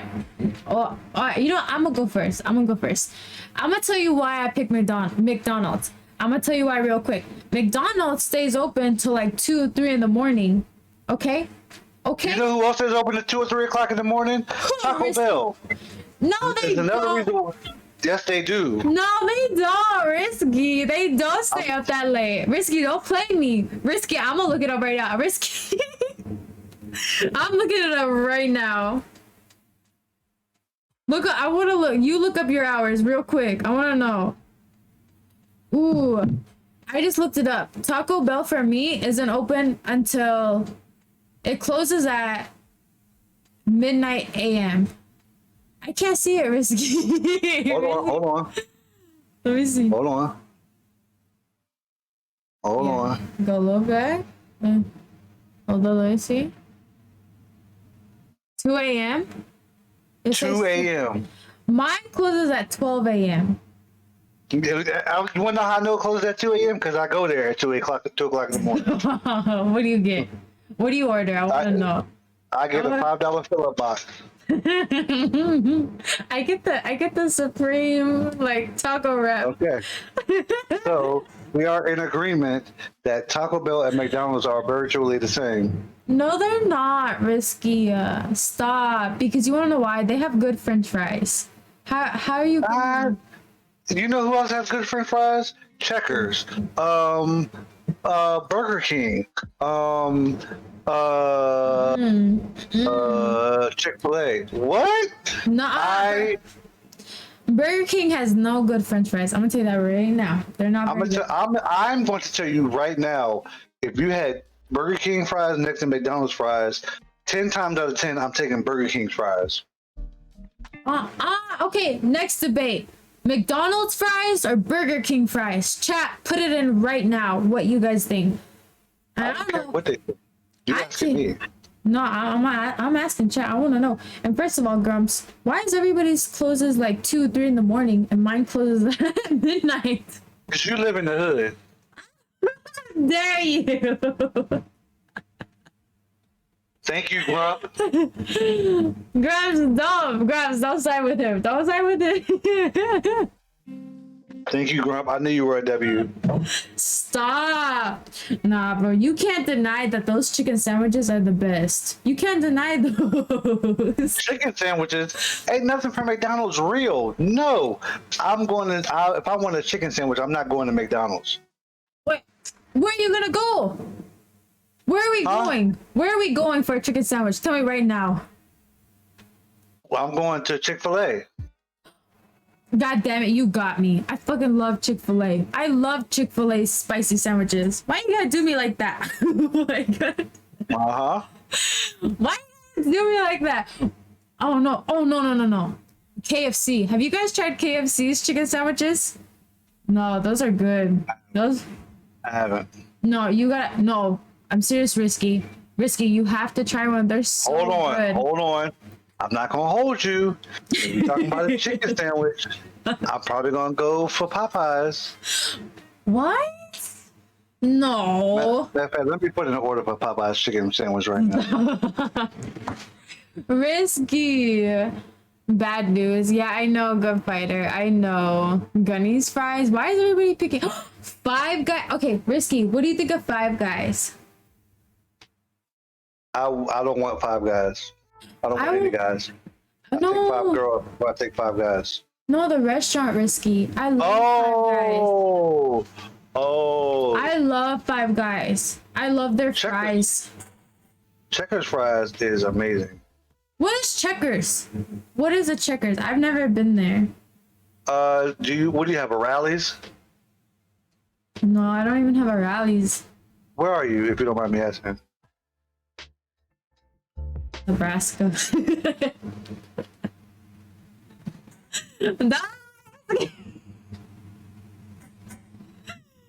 Risky, stop. Don't be mean. Don't be mean to me. Listen.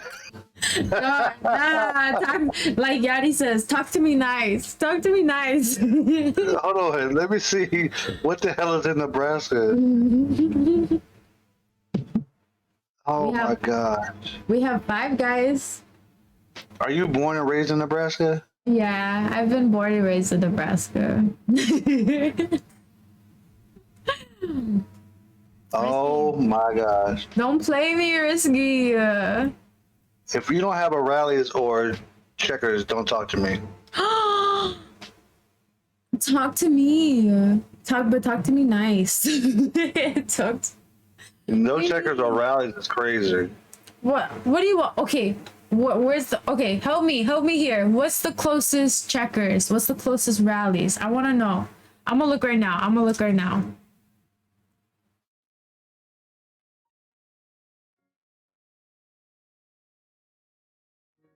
You ain't gonna go. Why? Why can't I go? I want to know. It's Chicago. It's in Ohio. Ohio. Chicago. Wait, hold on. How far is Chicago from me? Hold on. Let me see. Hold on.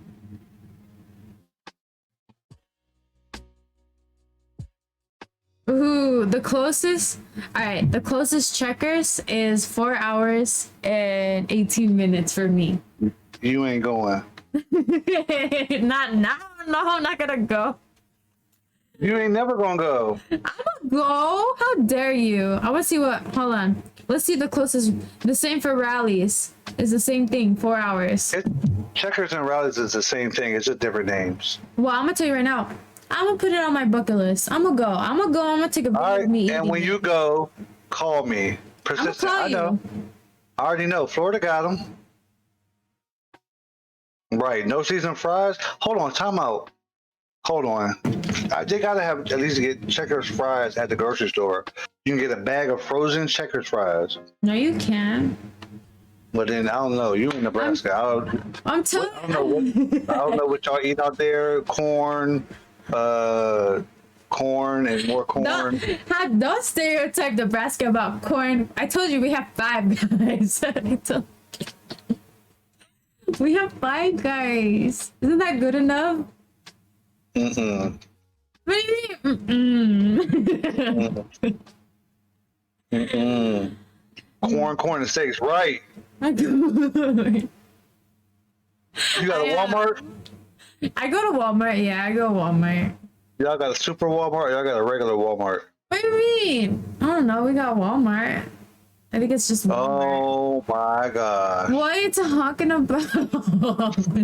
Jenna, you're losing me here, sweetheart. Stop. I can't help that I'm uncultured. I can't help that this is where I grew up. What do you want from me, Risky? How old are you, Jenna? I'm 24. Okay, so you mean to tell me it's not your fault that you're uncultured? Like you don't have the ability to leave where you are to at least travel to other places? First of all. Okay. Fix your hair, okay. First of all, no, it is. You know what, Risky? You know, I'm gonna change the subject. I won't get into this. Jenna. No. First of all, don't play with me because 5 Guys is so good. Don't play. Don't act like 5 Guys ain't good.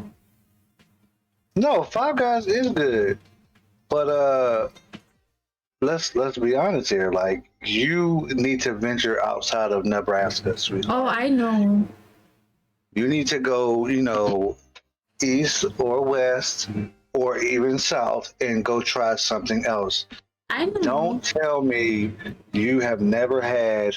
Matter of fact, next time we have a meaningful conversation, you better have at least tried Hardee's or Carl's Jr. You need to have tried a Checkers, and you need to have tried. I've tried Whataburger. First of all, no wonder why you say McDonald's is the best, because you haven't had anything else. I've had Whataburger. I've had Tommy's. Have you ever had Tommy's? No, I'm not in the guys. No, stop. Tommy's is actually a burger place in Cali. It's actually so good. It's so good. I love Tommy's. Like, that's a good place. See, Whataburger is good. Miss Gunfighter, if I'm allowed to ask, where are you? Where are you? Not Tommy's Tavern. Hold on, let me look it up real quick, Dev. I just remembered.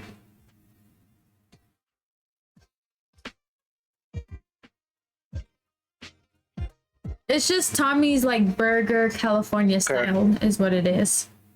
Okay, so you're familiar with all these places I'm naming, correct? Persistent. Just get out of here. Their creamy pepper sauce is amazing.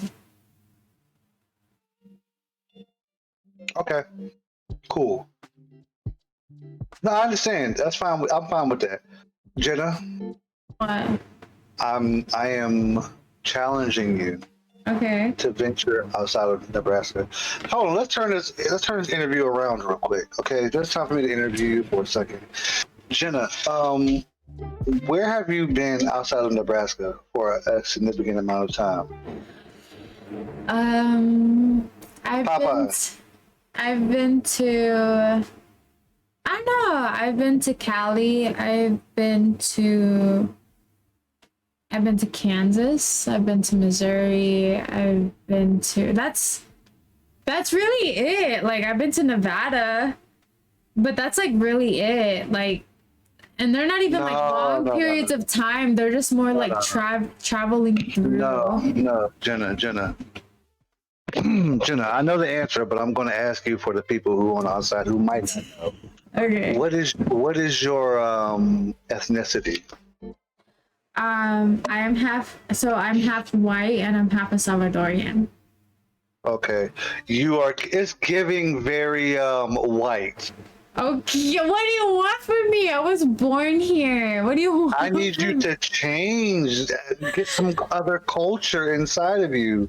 Risky, Get some black inside of you. You want? Oh, okay. You want some black inside of me? All right. Well, Risky. I don't know what to say. I'm gonna keep quiet. Look, listen. It's giving white. Okay. Okay, and that's fine. I'm not ashamed of being like white. Popeyes. Honestly, I would love to try different like culture food. Like, I've tried Indian food and I fucking love it. Have you had pupusas before? I'm a Salvadorian. Where do you think pupusas come from? I asked the question. Is it yes or no? Yes, I've had pupusas. I love. Okay, because I was about to end this. I was about to end this stream myself. Like, hey, go ahead, rate us out, Gunny. We out of here. I love pupusas. I love Hispanic food. Why are y'all roasting her like this? Jenna, you can't make pupusas? No, I don't know how to make a pupusa, but I will learn. I'm gonna learn how to make a pupusa. Trust me. Okay. What's your favorite Salvadorian food? Ooh, I don't know if Rolla is still in here, but other than pupusas, I love pollo con pan, like con pan. That's actually, but it's very rare when we eat that. It's more of like on holidays. Like, chicken with bread? It's more than that. I don't know how to explain it. Like, it sounds so basic, but it's more than that. It has like a special sauce that we make. It's chicken, it's lettuce, it's tomatoes. Like, it's really good. Gunny, stop. Let her be white. Such a bitch. Let her be white. It's okay. You know what? I'm not even ashamed of it. I'm not ashamed of it. God damn it. Risky, get out of here with your soundboard. It's given I'm a white baby. It's okay. Listen, I'm not judging you at all, okay? What I'm requiring from you is to get some culture inside of your heart. Venture outside of Nebraska, you know what I'm saying? Go have some black food, you know what I'm saying? Go get some soul food. Go get some I don't know what. Go get some authentic Asian food. Go get some ramen. Go get some pho. I've had pho. I've had pho before. In Nebraska? Well, no, because I told you, like, I've traveled through Kansas and Missouri, and they've had different places, and I've tried pho, and it's so good. It's so good. I've had Waffle House. I've had Waffle House before. Risky. No, you know what's crazy though is we don't have a Waffle House in Nebraska. At least I don't think we do. I don't think you don't say. No, to be honest with you, I know he's so disappointed, but that's okay. I think the fun thing about being basic, I guess, about that is that when I get to try and, like, how do you explain, like, live through these foods. Like, you know, like a first time experience where, like, you're like, oh my God, you know? Jenna. Risky, stop. Don't make me feel bad. I'm not. You are. I'm You not. make me feel bad. No. And Bruh. Was how I initially felt, right? uh-huh. But what we're going to do is, okay, we're going to help you. This has become a help stream, right? Yeah, that's perfect. This is a fucking Catalina wine mixer. Help me help you, Jenna. Okay? Don't worry. You started off like this. That's how you started. Now we're going to get you to. Stop. Okay? You better stop. No. Listen, because we all want. Sprinkles. Okay? Uh-huh. Let's do this. Let's get you some je ne sais quoi culture. Okay? Yeah, that's fine. You're going to perfect. venture outside of your. I take back you're not in the hood because, as far as I'm concerned, Nebraska ain't no hood in Nebraska. No, it's not. Okay? It's definitely not. You're not in the hood. No wonder why your freaking Taco Bell it closes at midnight. No, you're right. I'm not. This is a very small town. It's more Hispanic, to be honest. Help Jenna's taste buds. Have a good night, Dev. Have a good night. Thank you for being here. I hope you have Dev, a good weekend. you all right with me, homie. You all right with me, Dev. I give you a Denzel finger because you all right until you brought up Popeyes or Wingstop. I mean, Wingstop is good, but they take too long, so I'm gonna choose Popeyes. But good night, brother. I think it's your guy. Dev was a guy. I think Dev was a guy. I think you're a guy. No, Dev is a guy. Dev is a guy. Okay. Risky, but we are coming towards an end to the interview. No. We are not coming to the end. I'm not done interviewing you.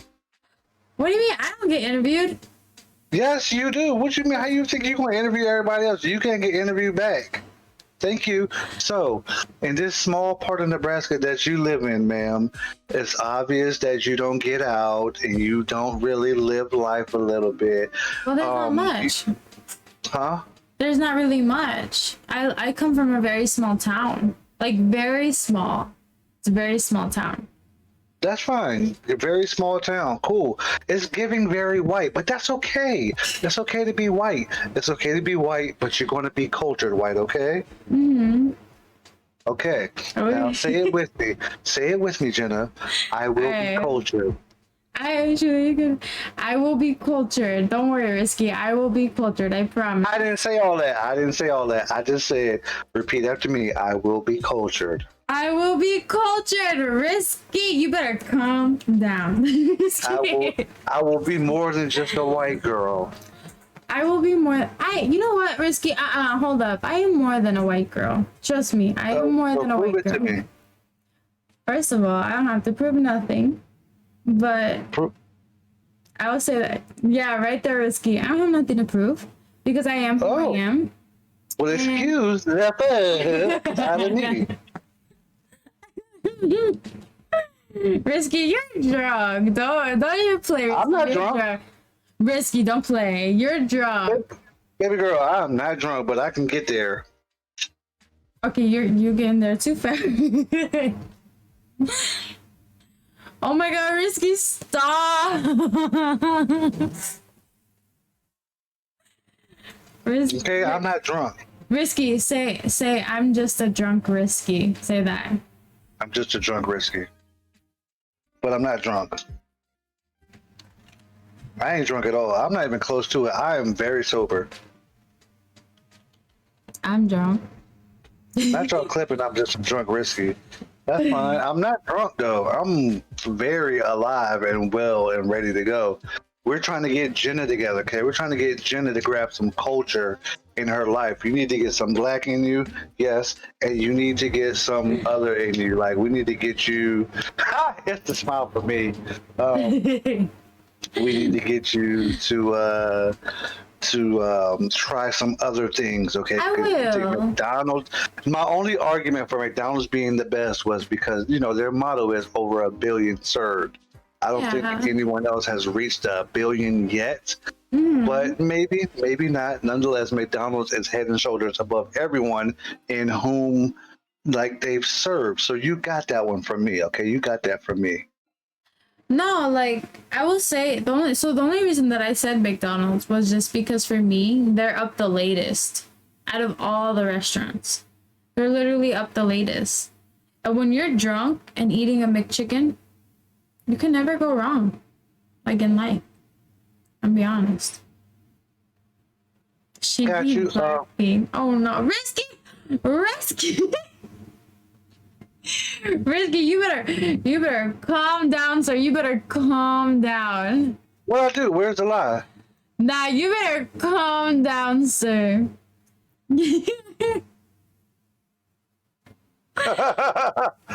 Listen, I'm just saying, you will never.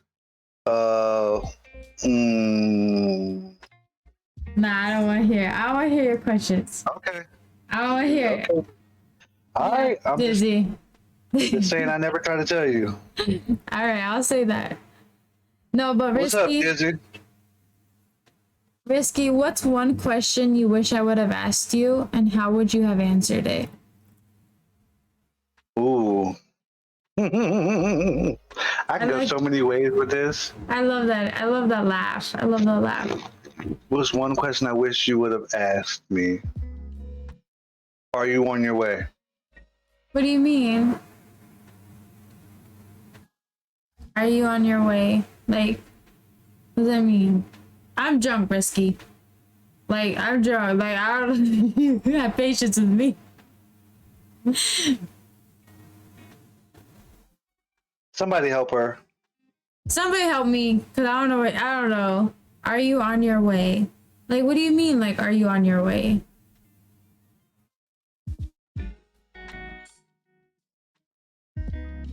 Oh, Risky, you're drunk. Risky, Drunk. you're drunk. Risky, get.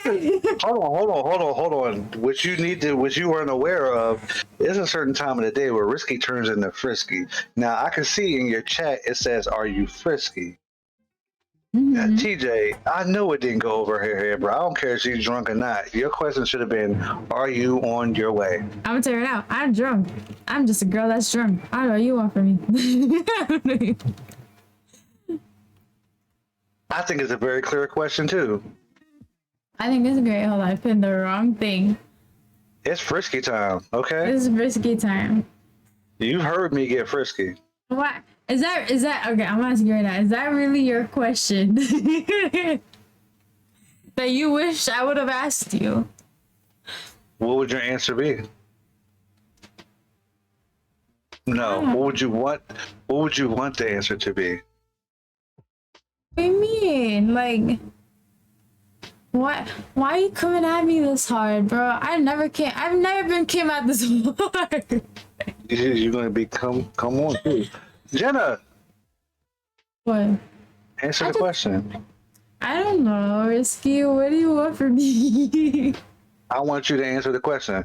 Sometimes you got to put the pressure on, you know what I'm saying, to get the real legit answer. And right now the pressure is on. Now you can either A, bow out to the pressure, or you can B, say, hey, I've been asking all kind of questions all night. Maybe I need to go ahead and reciprocate some answers. Yeah, I'm gonna go with the second one. You want to reciprocate? You want to give some answers? Bet. No. Okay. No, that's not what I said. That's not what I said. Oh. You said the second one. So No. if No, hello? no. I'm gonna tell you the third Hello? choice. I'm gonna tell you the third choice right now. no, ain't no third choice. You There can is either a third choice. comply or not comply. What is there? First of all, no. I'm gonna tell you why. I'm not Baby, gonna you are comply or drunk. Okay, you uncomply. can't tell me nothing right now. Okay. You can't tell me Either nothing either. Wait, bars are really my biggest party. Yeah. Hey, Low Dizzy, 100. Okay. Welcome. I like Sam that. Chatter. Welcome to the Somebody cum clip that for zone. me. Silent. I think it depends what kind of bars you go to, but I'll be honest, I've met some really good people at bars, and I've had very like intellectual talks at bars. But I have had intellectual talks at bonfires or like food and drinks and all that, like even in homes. I think depending on what kind of bars, because I know some bars can get actually very, very busy. So it depends. Yeah, it depends on who you try to spend it with. Why are you looking at Why are you looking at me risky like that? I'm gonna hold my comment to myself. All right. No, but risky. I am coming to an end to the stream. No, you are not about to cut me off. I need an answer, sweetheart. No, I If don't. you were to ask me, are you on your way? What would you want my answer to be? And you can clear your hair all you want. I know what that means. Okay, I speak. What is it called? Body language. Okay. Okay. So you can answer the question, or you can run and hide. Which one is? All right. So if you were to text me, hey, I want to make sure I'm right. If you texted me, I'm on my way, right? Is that what you're asking? Sure. If you were to text me on my way, honestly, I'd be like, all right, let me get some snacks ready. Let me get some, like, a movie ready. Let me get some drinks ready. Like, I'll get some wine, mixed drinks, whatever you, like, if, like, I knew what you personally liked, I would want to get ready. And I would ask you, too. I'd be like, hey, if you're coming over, what are you wanting to drink? Are you hungry?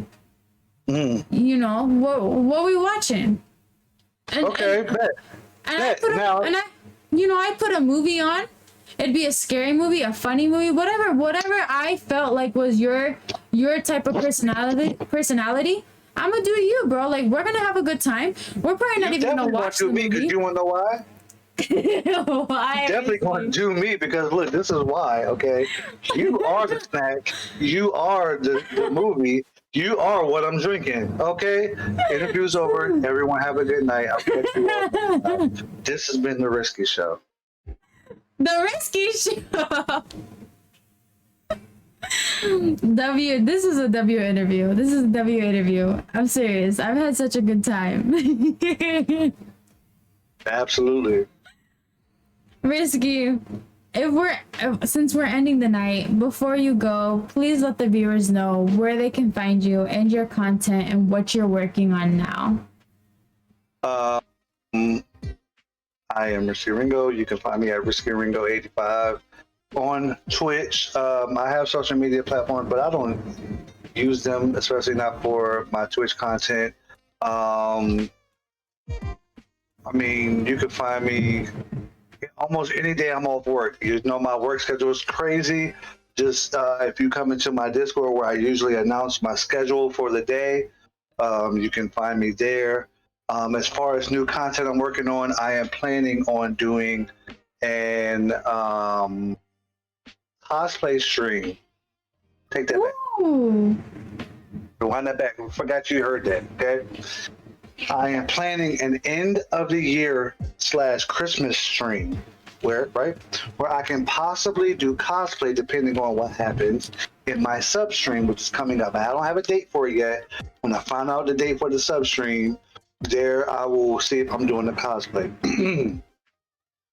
There will be a sub goal to reach the cosplay stream. I'm working on numbers now, and I will come up with a final list of numbers for the sub stream. Okay. Ooh, I voted in that. You did vote. So if you come into my Discord, if you want the link, I can let you in my Discord. It's a really low-key-ish kind of, sometimes it pops off a little bit. We have fun in my Discord, but the choices for me doing the cosplay are Static Shock, the Black Power Ranger, Blank Man, Meteor Man, Killmonger, the Grinch, or Frozone. If you don't know half of those characters, you're probably either a little if you don't know Blank Man or Meteor Man, I don't know how to get you to know who Blank Man or Meteor Man is. It's probably a thing that you're out of touch with. It's cool. Long story short, Blank Man and Meteor Man are winning the race, which is crazy. But the voting ends in 2 days. I would say after the voting ends when I'll figure out the sub goal. After I figure out the sub goal, I'll print out, I'll have a poster set with the sub goals where we are to meet for the sub stream. If the sub goal is met for cosplay, I will be doing a cosplay stream as one of these 6 characters or 7 characters. I can't count. Apparently I'm drunk. Come to my stream. We have a good time. I'm trying to cut my streams down from about 8 hours to like 5 hours. But we have a good time. We have fun. We laugh. We joke. It's really low key. Everything you've seen from me today is 100% me. Okay?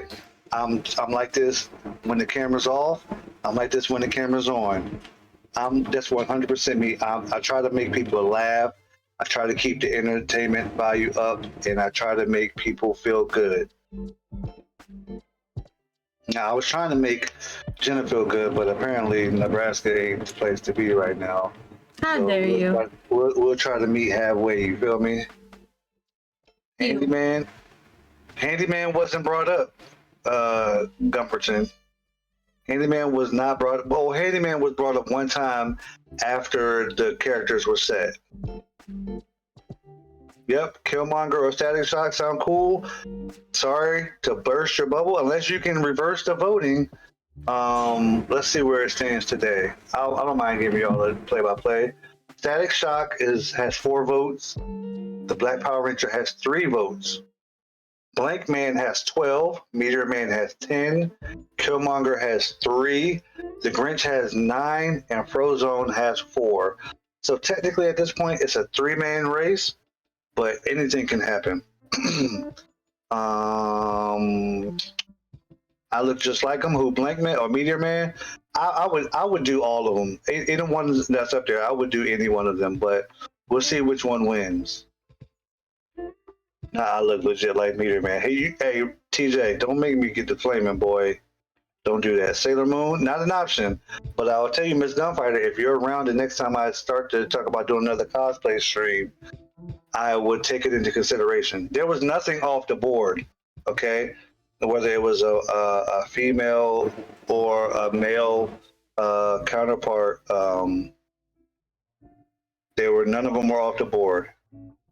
So the next time I talk about doing a cosplay stream, come around. Definitely. I have his link up top, guys, pinned up top if you'd like to give him a follow and be there next and turn on the notifications for him. Definitely. Risky, I was going to say too, if you want to drop your Discord link in there, you can. Sure. I'll drop the Discord link in there. I'm going to let y'all know right now, just like I said about my Twitch stream. My mods don't play. If they feel like you being funny, they have the green light to say you wasn't acting right. I'll holler at you later. So be careful. That's all I'll say. Tread lightly. Don't be afraid to join his Discord, guys, and vote on for the cosplay. I voted for the Grinch. I'll pin that up to the top. Here's his Discord pinned up to the top, guys. Don't be afraid to join and go in and vote. I got his links here too. You won't get kicked, Gunfighter, unless you, well, you can tell Gunfighter not to be Gunfighter. Definitely.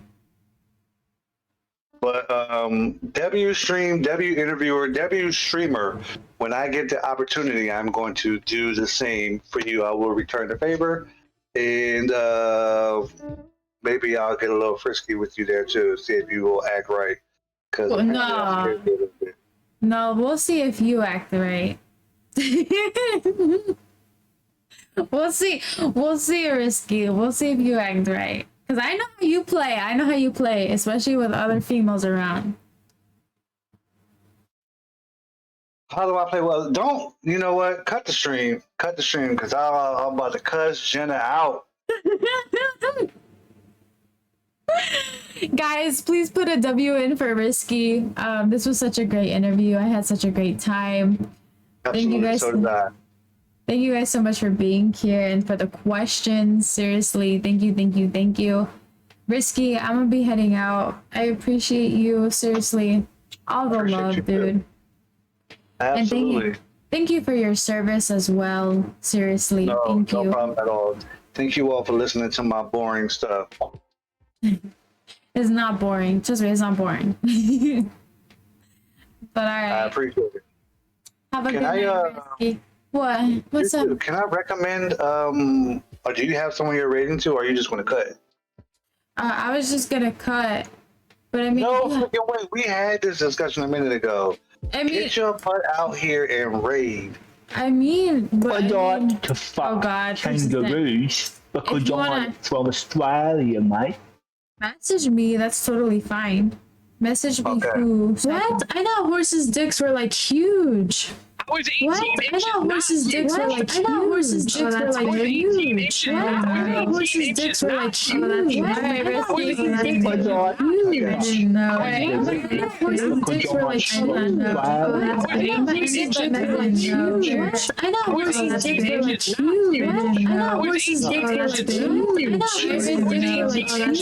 thought horses' dicks were that's big. What? I thought horses' dicks were like huge. I thought horses' dicks were like huge. What? I thought horses' dicks were like huge. What? I thought horses' dicks were like huge.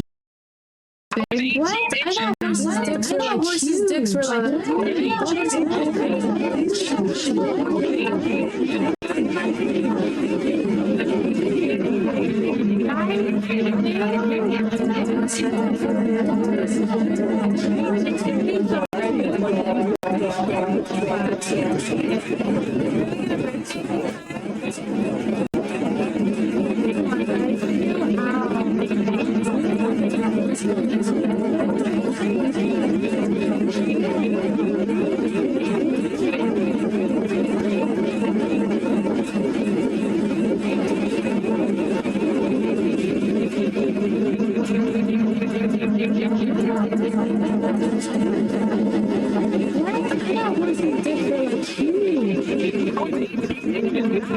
Oh, that's big. I didn't know.